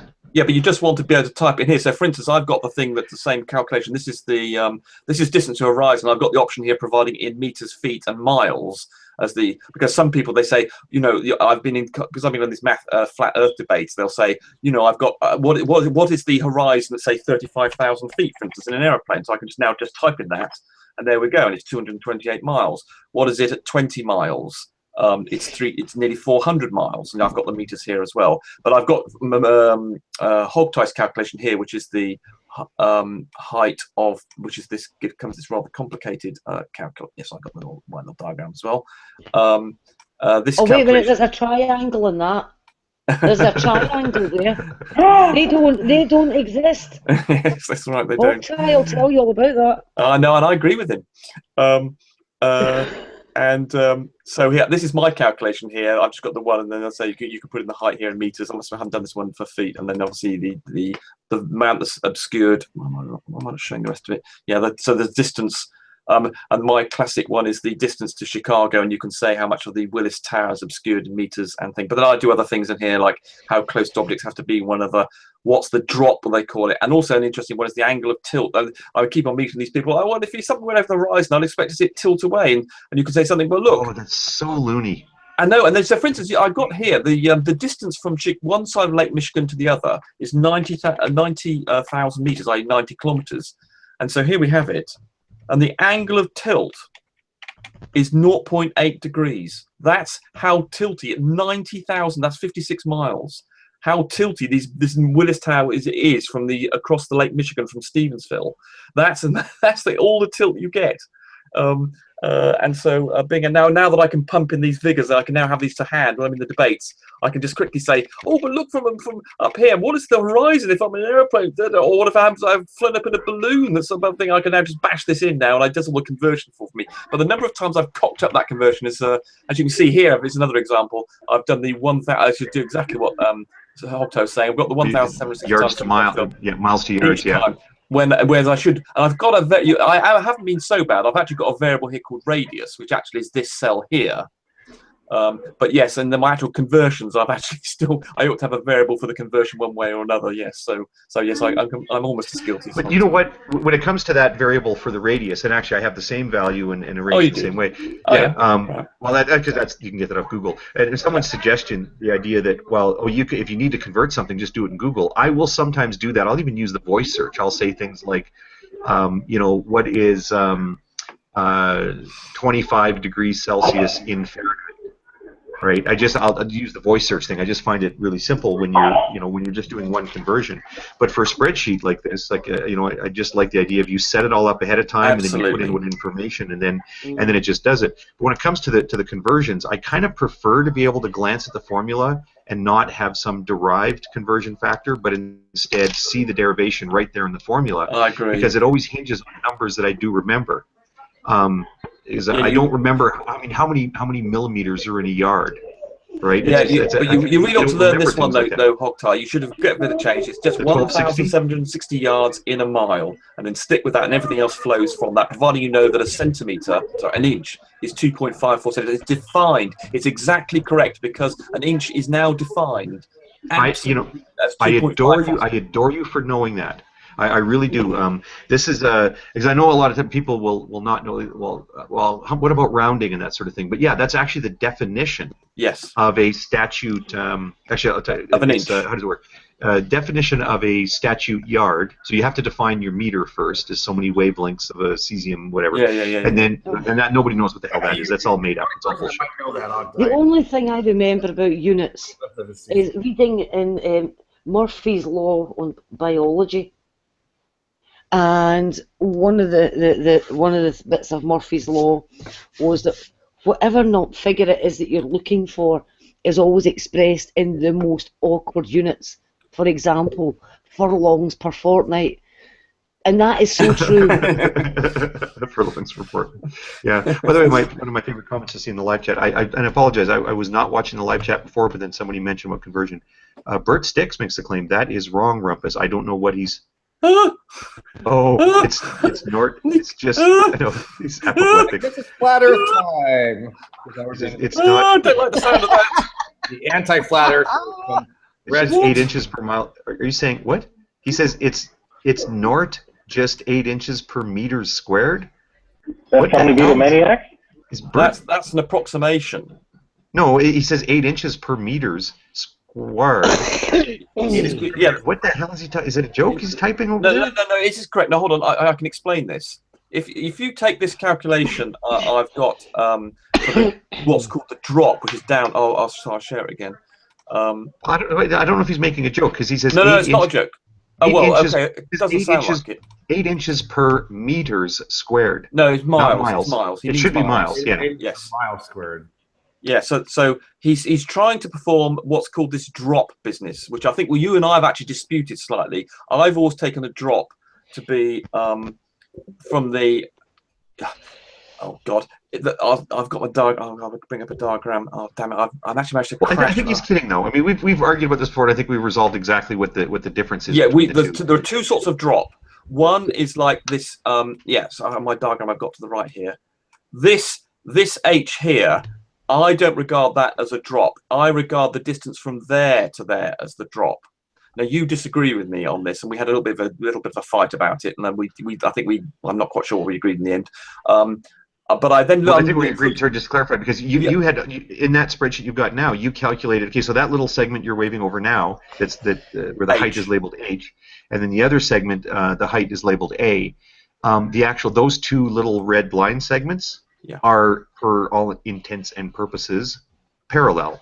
Of course, they're not really parallel, but as you just demonstrated, like even 70 miles away, those two things are, that angle is so small. Yeah, but you think I regard the drop as the distance from this point here to there. In other words, at right angles to that, and that's what he's talking about. This person who's just commented about the 0.8 is actually this distance, the drop that I've got here. Oh, sorry, am I screen sharing? Sorry, sorry. This distance. Oh, you weren't looking. Oh, you were. Oh God, I don't know whether you saw. No, your screen share is good. Yeah. Okay, right. What they call the drop. This is this 8 inches per mile squared. This is this calculation here, which is what I just mentioned over here, which is this distance at a right angle to the tangent. So this blue line. Oh, sorry. No, God, no. I've completely lied to you there. Sorry. That.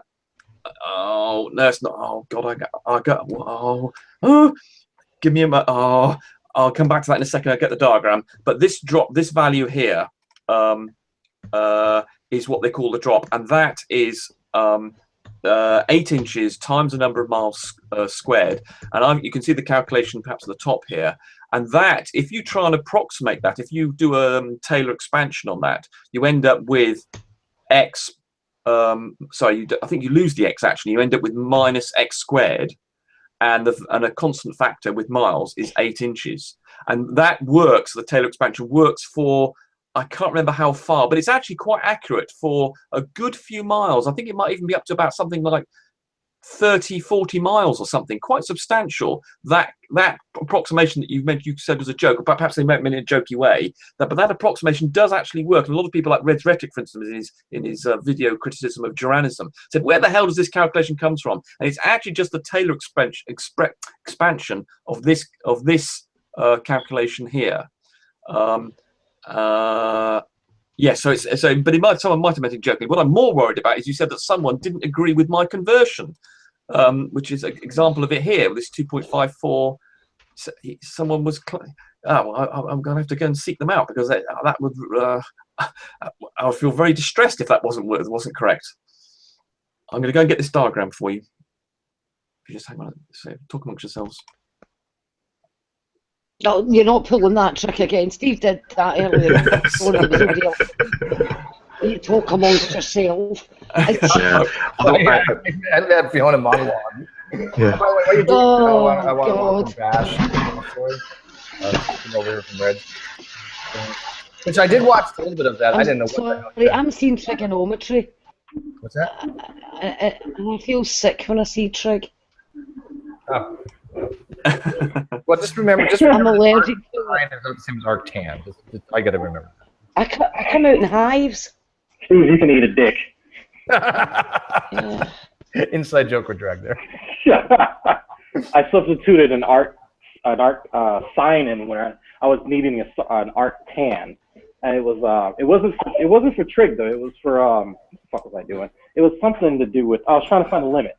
I was using it to find a particular limit, and it took me over an hour, and I was like, why is this not coming out right? And it turns out I did everything. I rationalized like the numerator and the fucking denominator. I got rid of the same fucking the same figures on the top and the bottom, reduced it down to as far as I could, and then at the very end, the ass end of the problem, I did not use tan inverse. I used sine inverse, and yeah, this stupid. Oh, I could have had a 100 on my quiz, but I did basic fucking math wrong. When I say basic, 106 minus 24 over 82 minus 26. That simple. Right. Okay. I've managed to pick up my diagram here. Right. So this is the observer at A. He's got the two different heights here, giving you two different views of how much of the building or ship or whatever it is that you can see. And this purple line is the tangent. In other words, the observer A appears to believe is horizontal from their point of view. And this distance I've got here, I don't know if you can see. Can you see it says drop? That Hogtie and I have a slight dispute about what constitutes drop. He thinks this. I mean, I actually, looking at it further, I think actually I was more inclined to perhaps agree, meet Hogtie halfway. I initially thought this is the only meaningful value for drop, but Hogtie is very keen that it's this value for drop, and then he's got some good points. But most of the people, when using that equation that Hogtie was referring to, it actually gives you this value for the drop. And as you can see here, this is a very as a model of the Earth. This is the Willis Tower, by the way, a model of it. And this is the H1 and H2 are the bits that are obscured by the Earth. And this drop here is some quite extraordinary number of meters. This is not to scale. On the left hand side here, you can actually see what the Chicago actually looks like. The correct latitude is 41.87, and that's what 0.8. That's what 90 kilometers looks like actually to scale. And I can actually zoom into that to show you what it looks like, and the curve. Let's see. There we go. That's what it actually looks like to scale. And you can see here and that's the Willis Tower just there to scale. And I've just added in what a straight line looks like there. That purple line there is a straight line from a point in Stevensville, which let me just show you what that actually looks like. This is Chicago, as you can see here. That's Stevensville over there, across the other side of Lake Michigan. It's 90 kilometers odd, and that is what that looks like. With a 0.8 angle difference between the two. There's the S is equal to 90. That's the horizon from Stevensville is only 4.8 kilometers. That's the building there, and I do have another file that I can show you. I don't know if I'm boring people here. Am I boring people here? Should I stop? But where's the hump? Where's the hump? Ah, well, okay, I can show you that. Okay, right. If you're not bored, you see, right? Can you see how I've now drawn in a purple line that is a straight line from the sea level at Stevensville to the base of the thing there, and you can just see that the blue line just starts to pick up there, and that is what is called the hump. I've got a much better. But where's the drop? Where does the boat start to drop off? Is that an actual question that they'll ask in the middle? Yes, of I don't know. I'm having to deal with jokes here. Where's the drop? Where does the boat start to drop over? Oh, okay. So they think that the drawing is going to show like a boat going down. Like they're asking for a two-dimensional depiction of what happens to show depth. Yeah, you must understand, by the way, that I've put in here because through talking, as I did have a script for this whole thing about 6 months ago, and I've now realised in conversing with these people that they don't understand what up and down is, and that's why you'll see littered throughout my this is up and here, and that up is a different direction here, and people don't realise this. Shit, I've been getting that mixed up. A coughing fit. And so they think bulge. They don't realise that everything on here is at the same height. And so, for instance, if you were to roll a ball, if you were to speed at Stevens and this is a frictionless surface of the Earth, it would roll all the way round. They think, oh look, there's a bulge here. And as I was trying to show you here, that you can see with this line, there is what they think of as a bulge between the two spots.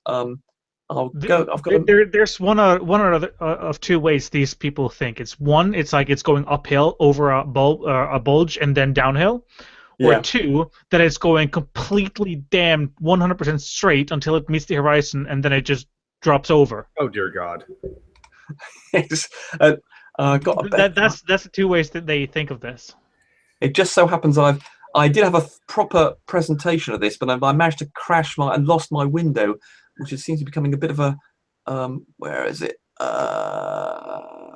Come on, rumpus porn. Rumpus porn. I'm not doing very good, am I? Well, am I? Asian escorts made easy. Okay. How to become a transsexual. Oh, interesting. So, how's Fiona doing? I don't judge you, Rumpus. I don't judge, man. Oh, bloody thing. I've always known. Right. I'm trying to show you a much better. It's called. I can't tell if Fiona is crying or laughing. I think she's. Yeah. I think she's doing a little bit of both. She's had a hard day after watching the video that we just went over this morning. It was traumatic for everybody. Oh, for God's sake, I might. It's just incredible that this thing's crashed on me today, just as I then had to try and show you this damn thing. It's just sometimes God has really got it in for me. Did you look that's at the it? one. You're an atheist. Yeah. If you look at it today, it may be in your temporary folder in there. Here we go. That is what I want, I think. So the thing is, well, while Rumpus is looking that up, what I've seen a lot of them do, even if you go through all of this effort, is that they'll say, well, you can make math say anything. Like they're under the impression that you can do some just magic number play and create facts and figures out of thin air to support any assertion. Well, obviously, because it's math, and everyone knows math was invented to support the Illuminati and make sure that the Freemasons could keep Whitey down. I mean, not Whitey, the other one. That's part of the fascination of the exercise, though, is that when they're demanding evidence for something, and then you give them the evidence, is then to sit back and watch. It's just like watching circus sideshow freaks. It's just like, okay, how are they going to respond to this? That's why we were discussing that hangout earlier in this hangout, which I guess you were participating in a different one, so you didn't hear what we were talking about. But the group of creationists who were demanding evidence related to a purported chromosomal fusion, when presented with that evidence, just spin and sputter, and then they just have every excuse, and they make up the craziest stuff to be like, oh, well, we know that's not the case because of something, something, something. And it's the same thing, like that video that Red's Rhetoric had shared today, where the guy just used a telescope. It's such a simple demonstration. And yet they're going to have an answer for it, right? I mean, let's none of us pretend that they're not going to have an answer for it. This is funny. Actually, that was a great video, and it's actually, in a way, it was so well done, it discouraged me. Rumpus, if you have a chance to glance at this is an idea I pitched to Reds, and just if you want to get your brain working on this too. I was suggesting to him that if you had something like this where you could make an observation, so you got 3 points that you're making observations from and to. So, right, so when you're at, let's call this point A, right, you're going to make an observation, measure the distance to point B, and then from and also the red line, measure the distance to point C. And then you move over to B, you measure the distance back to A, and you measure the distance to C. And then you go to C, you measure the distance back to B, and you measure the distance back to A. Now, as you're doing that, these 3 points are almost in a line. You're also very precisely measuring this vertical angle. I should probably come up with a different sort of tool that you can see. You're very carefully measuring these vertical angles, right? You're not just measuring this distance, but you're also measuring this angle from vertical. And just to backtrack a little bit, I'll say one of the reasons that motivated me to think about this was everybody, when they're doing these tests, they go to some huge body of water, like especially some sort of a bay that's off of an ocean, so that they can use a laser pointer over 3 miles, or like that guy today, his video, he's using a telescope and he's making observations from 47 miles away. Well, I live in a landlocked province. I don't have an ocean I can go to, and I thought, well, is there a type of the same sort of thing you can do even when the ground is up and down? Now I can go to a fairly flat part of the province. That is, this up and down is sort of even exaggerated in this picture. It's fairly flat, and most important, well, this is going to make sense to anyone, but the geoidal undulation is very low, right? So we don't have any big mountains or something that would serve to drag the gravity field around. So the geoid is pretty much parallel with the ellipsoid that would model the surface of the Earth. So that turns out to be kind of important. But Rumpus, I wonder what you think about this. If a person could, like, how far would you have to go from your first observation to your last observation in order to demonstrate? Now notice I've drawn these lines as vertical. All right, do you want to be presented? Yes. Oh, sorry, I didn't realize you were drawing there. Shall I stop presenting? Oh, I didn't realize you were presenting. Yeah, if you could just trade me for a moment here. Yeah. Yeah, there. So. Sorry, I didn't realize you were doing that. Pardon me. Now, I've drawn this as a flat Earth, right? Because when you're out there, it just looks flat, and you can see from here to there, and from this one back to that one, back to that one, and each time you're measuring these angles. And the question is, how far would you have to go?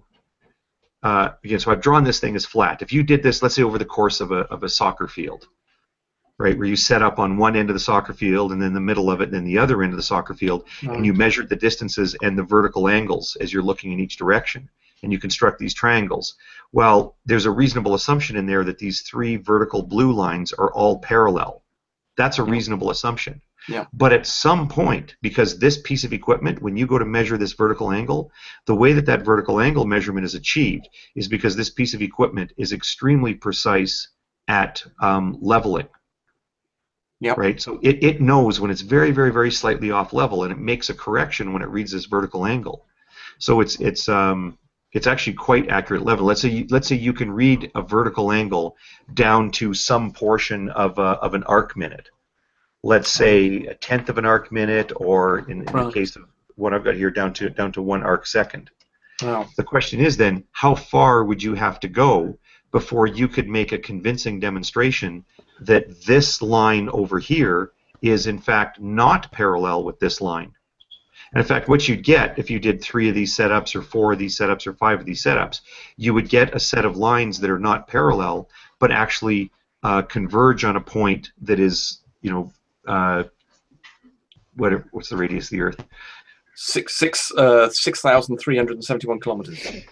Yeah, so 6 million meters away. Yeah. Right. These three, like under a flat Earth model, these 3 lines are parallel, but under a round Earth model, these lines converge. Like these 2 lines intersect at the same place that these 2 lines intersect, and that same place happens to be, 6 million meters beneath where these are set up. So the question is, how far apart does your first setup have to be from your last setup before you could appreciably measure the angular difference from there to there? Using the resolution of what needing to have a resolution a change of at least 1 arc second. Right, but of course you want it more than that, because then you're down in your measurement precision range. You want to be using that marvelous spreadsheet that I showed you earlier for the angle of tilt. I can say so what we're looking for. So the angle of tilt we're looking for. Annoyingly, you've got it round. You have got exactly, of course, what I haven't got. I've got a distance to angle of tilt. I haven't got it round the other way, which is annoying because I want to have everything in here. Now you've got me just the one I haven't got. So I know. Well, that's what I said. Actually, I mentioned that as on my way out the door, because I do have to get on with other sort of quotidian tasks around the house here. But I was just letting you know I'd suggested this to Reds as one possible bit of evidence. Again, just to give you the context, everybody's going to the beach, right? And they're, because the water on a calm day presents a reasonably ellipsoidal surface that you can shoot over, and I don't have that luxury. So I'm looking at things like we have what are they called? Long skinny lakes. What's the name for it? I forget. There's a name for these long skinny lakes. We have these lakes that are. Oh, you do, don't you? Yeah. Yeah. They're north of the Great Lakes, aren't they? Somewhere north. Could I just chuck something in here, please?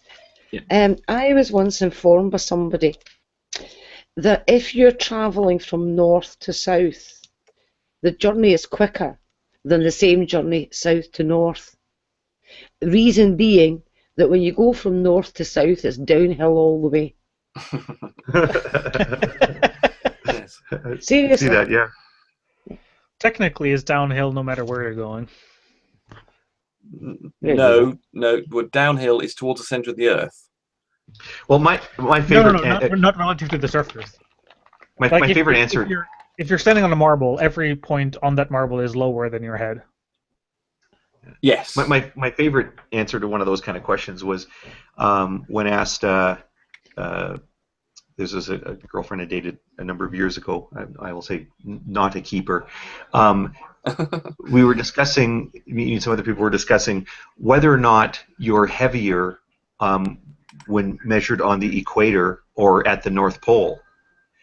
And it's not an easy question. I mean, some people know the answer to this already, but if you try to think it through about the actual shape of the ellipsoid and actually it's a geoid that's more relevant, but it's a real brain buster. Most people, she came up with the correct answer actually. I have to say the correct answer. 0.3%, isn't it? Yeah. It's actually a lot more than that, and I tell you because of her reasoning. I sort of cede to her reasoning because it was brilliant. She says you're heavier at the North Pole than at the equator, because it's much colder at the North Pole, so you have to wear a lot more clothing. What? Hold on. I thought she was going to say, well, if the center of the Earth is trying to pull you closer to it, it would have a much stronger pull at the equator. That's kind of what I thought was never mind. Okay. No, literally, you have to wear a heavy coat. That was her actual reasoning was, well, of course, you got to wear a big coat. Put on the way a hat it usually goes, it is an actual objection to some of these people, because the way it usually goes is that the centripetal force will push you away from the surface at the equator, and you will just be completely pulled down by gravity at the North Pole, so you should weigh more at the North Pole. Just remind me, Hogtie. Sorry, just want to get before Hogtie goes. What was the resolution again of the tilt? Was it 1 arc minute you wanted, or how many arc seconds did you want? Manufacturer boasts plus or minus 2 seconds. I mean, it reads to 1 arc second on the vertical vernier, right? But manufacturer advises that precision ought to be taken as 2 arc seconds on the vertical. Right. 1 on the horizontal. I don't know why there's a difference, but okay, 2 arc seconds we're looking for. Okay, so I need to. Okay. But like you say, I mean, and it's a reliable manufacturer. They know their stuff. They've been doing this ever since this stuff's been around. But I mean, to be more convincing, I think a person would want to be looking for an angular difference of a half arc minute. Like let's try. I mean, you haven't figured it out for a few values, but like 30 seconds, for example, would be a reasonable value to look at. But again, I think I know what the value is, but so I throw it out there as a bit of a brain teaser. I suggested this to Reds because, like I say, this is really the only way I can contribute on the prairies, and I think it would be an interesting way to do it. Although, like I say, I saw that video this morning, and that guy putting his camera up to the ocular of a telescope and showing that those smokestacks can't be seen. It was just like, yeah, well, that settles it. Because it's exactly what the math predicts. The amount. No, he just needed more zoom. What? He just needed more zoom, obviously. More. Yeah. We needed more zoom. Yeah. That. Oh, how do I address? I don't have time to address that. But yeah, I've been in a hangout. I don't know if you've seen that or you've seen it go through other people.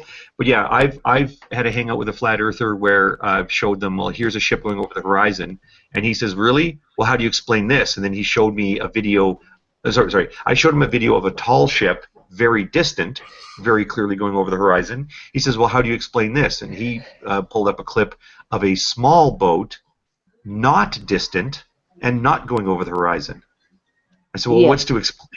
You know, the boat's a mile away from you. You can still see it sitting there. What's to explain? You know, and it's like a little fishing. I remember that hangout. I was just like, what is wrong with you? And so I said, well, no, okay, great. So that's the explanation. But can you explain this? And he goes, well, they just need to zoom in more. I said, well, you can see the masts and the yard arms. Like, it's not an issue of the video resolution or the zoom level or something. You can see details of the boat, but it's missing 3/4 of the hull. Like, I mean, how do you explain that? And he kept saying, well, if you could zoom in more, then you'd see the whole thing. And you can actually get one of those cameras that have gravitational lensing. Hey, Hogtie, have you not heard the objection? As a physicist. God damn it. Wow. It's 900 meters, Hogtie, to get the resolution of half an arc minute, which I think is what you were asking for. 900 meters is what you need as the distance between. Okay, how many chains is that? Oh, just get off. You're right. And actually, this was a briefly appointed dispute. I know Reds had actually done the proper calculation at some point.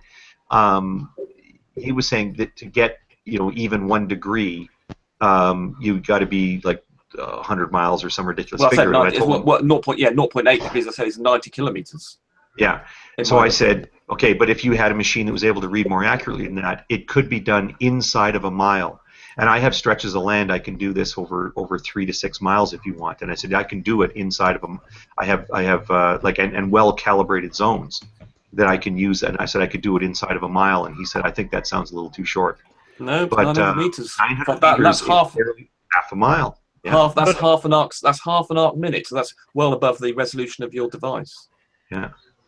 So there you go. It's food for thought. I can take maybe one more question. I thought Hal was going to ask something, but like I say, I do got to get on with. I was going to say they claim that surveyors don't ever need to take the curve into account when measuring distance. Yeah. Yeah, and it's because they know so many surveyors. What's that? I said because they know so many surveyors. Yeah, I don't know how to address that. I know because they just say that. They just declare it. Well, they don't take it into account. And well, just declare most things. Yeah, and I mean the level, like if you take a look at what at the course material. So, for example, the geomatics engineering program at say University of Calgary, or I think there's another one in New Brunswick or Nova Scotia. Who cares? Any geomatics engineering program. Geodesy. Like I mean, you can't get anywhere in land surveying or construction and engineering surveying without knowing how to compensate for these things. And their whole fantasy that they build bridges or roads of any length without taking into account. I mean, there is a little bit of like, let's say if you had to build a bridge that was a constant distance over the water, and that bridge was like 20 miles long, you would set an elevation for the bridge. You wouldn't adjust the elevation as you go along. But elevation is measured orthometrically to a curved surface, right? So a thing of constant elevation isn't flat. It just means that it's matching the curve. We'd have to do it as in another hangout. I don't want to start, as I'd say, I do have to go, but we can sort of go into rant about how I react when somebody tells me, oh, when they do this engineering task, they actually don't take this into account. And I just, okay, well, let's pull up some plans. You know what? The engineering drawings for a lot of publicly owned structures are available, and I can show you in the drawings. Except then we're going to get into another Ronnie situation, right? Like when you say, well, let's actually pull the source material, let's pull the IFC drawings, the issue for construction drawings, and show you how they do have to take these things into account. All of a sudden you realize, what am I doing? This is like trying to explain to Ronnie how DNA doesn't fall apart in water, right? Yeah. Like these guys don't understand engineering drawings, right? I mean, it's what are you going to do? So it's just like when go ahead, okay. Yeah, go ahead. Yeah. I was going to say, it's just like when, who was it? Our good friend Arcane was making claims about, oh yeah, I was in the military and, you know, we never had to compensate for the supposed drop of the Earth. And then Bohica Drop Short does the same job that Arcane supposedly did. And he actually gave the link to the equation built into the machine that shows you its calculation for the drop of the Earth. So the user, him or herself, they don't do it. That's not an operator level. The machine has that already in there. So if Arcane did indeed perform whatever at the Waterman, indirect fire, whatever, he had to at some point know that machine calculates for the drop there, or he just didn't serve, whichever one. I guess we're going to be wrapping it up, guys. Yeah. I won't even be able to make it for that long. I was kind of hoping to chat for Reds a little bit, but he's, screw him. I got to go. What's that, Steve? Oh, I got to step back on noise. But thank you for dropping by, Hogtie. A lot of noise. I can't hear anything. I'll talk to it later. What the hell was that? All right. Okay, we'll see you guys. I'm wrapping it up right now. Yeah. So anyways, this was good. Yeah, this hangout actually, people have wanted my hangouts to be shorter. I understand that. Kellen and a few other people pointed out. Unfortunately, it's just not practical to start another one every like 2 hours. It's just not. I am trying to do best of, but these videos are very painstaking to go through and find stuff. I mean, I've got 2 in the works. They'll eventually actually, come to fruition, but they are a pain in the ass. So when I'm asking for Patreons, it is to actually support making videos and other things because this shit takes time. But anyways, the rest of the people in here, I might have another hangout later on, only because there's a guy named Mr. Intelligent Design. As you can tell, by his name, guess what he believes in? Oh man, yeah, Flat Earth. No, I'm kidding. Intelligent Design. So, what he said was, he wrote me the other day, and he said, it was on my video when we were talking about Ronnie and Intelligent Design and Brandon, and he's like, these guys don't know what the fuck they're talking about. He's like, I'll come on your show. I teach science. I'm an intelligent design advocate. I'll explain it to you scientifically. And I'm like, hallelujah. Okay, great. He teaches science where? I don't know. His name's, you can look him up, Mr. Intelligent Design. Oh man. I think he teaches science. I think that's what he said. And I'm like, okay, hallelujah. Let me show us how this is science. I will give you the floor. I will get the panelists. We will do the same thing with Jay Hall that we did. Give us the core propositions, give us the evidence, give us the experiments, convince us, right? And he's like, yeah, great. But he lives in Japan, so there's a time differential, like 10:30 over there right now. So I just messaged him today. He has gotten a hold of me the other day, so he does want to do this. We just have to find a really good time. But I'm thinking it's going to be later in the evening for me because since it's 10:30 right now his time. If it's going to be like even 2:30 his time, it's going to be 10:30 my time, so or even later.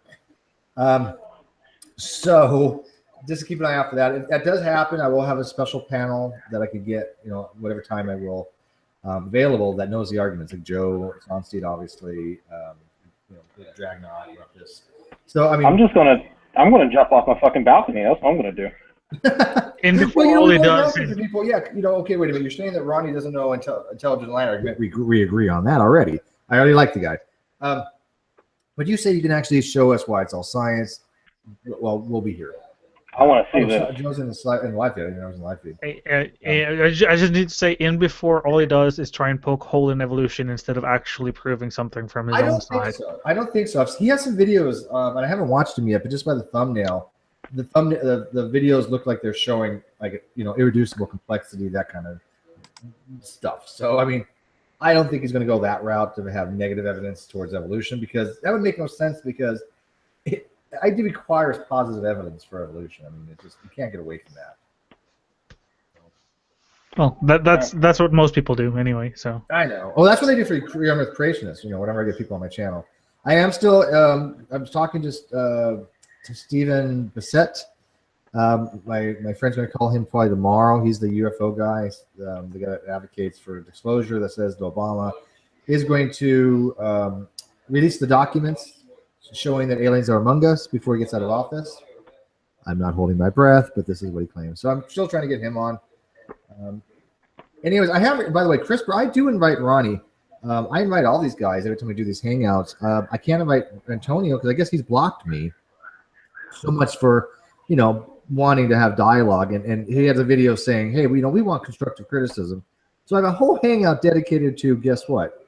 Giving him constructive criticism. And I get blocked from my trouble. I mean, wow. You should have known better. Well, on that note. Anyways, I want this to be short. It's already hit the 4-hour mark just now. I was hoping to keep it under 4. I am going to probably have another hangout later. Again, whether the intelligent design guys can do it or not. It's 6:30 my time, so this will probably take place around 9, give or take, 8 or 9. Just to keep it's 9 my time, so I'm not going to be able to. Yeah, you're not invited. Join. Yeah, it's just because my wife is going to throw my phone again. You send me another invite in the middle of the night. What's cool about our community is we have people from all different time zones, right? So even though that you can't make it, because you are obviously one of my mainstay people. You get invited every time. I'll kick the fucking rumpus out for you, right? So I just come and make the. Yeah, exactly. But there are a lot of people overseas in Europe and other things that they're awake, in the odd hours of the night. So I was thought about having another channel for like my nighttime that's over in daytime in Europe. And I was thinking about starting another channel. I even got a name picked out. I actually have 2 names picked out, but I thought that was going to be my late night version of this. What do you guys think? They should probably do that. I was actually thinking about doing something like that myself, and taking my Patreon videos and making a separate account strictly about science, or me talking about things that I've learned in science, or maybe even recording some of my tutoring sessions. Because I had a really good was it 3 hours? Damn. It was almost a 3-hour tutoring session with some nursing students today. And so that was, we covered everything from basic chem, I would say from basic chem to biochem. We are going to be doing more of those. There are a few people that have some PowerPoint presentations, some other things coming their way, and at least topics they want to discuss. I still want to do a few things with drag, basic science shit, maybe basic, I picked up basic something, I don't know what, but a lot of that other works. Drag is the producer for my channel. He's also the gaffed. He's also the head fluffer. So yes, I am. You're familiar with that term. I picked up 2 free chemistry books today from the library. They were given away. One is the General Organic and Biological Chemistry by a guy named Timberlake, not Justin, and the other one's by Brown and Poon, and it's the Introduction to Organic Chemistry. So if we are going to do some videos, I have some pretty good resources there. Yeah, just give me a heads up. I mean, quite honestly, I mean, I haven't looked at a lot of that crap in a very long time, but I will go out on a limb and say that I'm pretty autodidactic, that given a day, I could pretty well get the basics back for a lot of things. You know? Oh, yeah. Yeah, I guess I'll go ahead and plug my channel before we get off. Go ahead. I have a Patreon too. You can donate it or not, doesn't matter. I use the money basically to pay for the expenses of buying the agar plates. This time I'm waiting for water test kit. And you can thank Fiona for this idea. For this month, I'm going to go to Walmart. I'm going to pick out a bunch of different waters like Dasani, Spring, all those different companies. I'll pick like 3 or 4, and I'm going to test the water for bacteria. We're going to see which one actually, has the freshest water. I'm going to see what I can use tap water as control.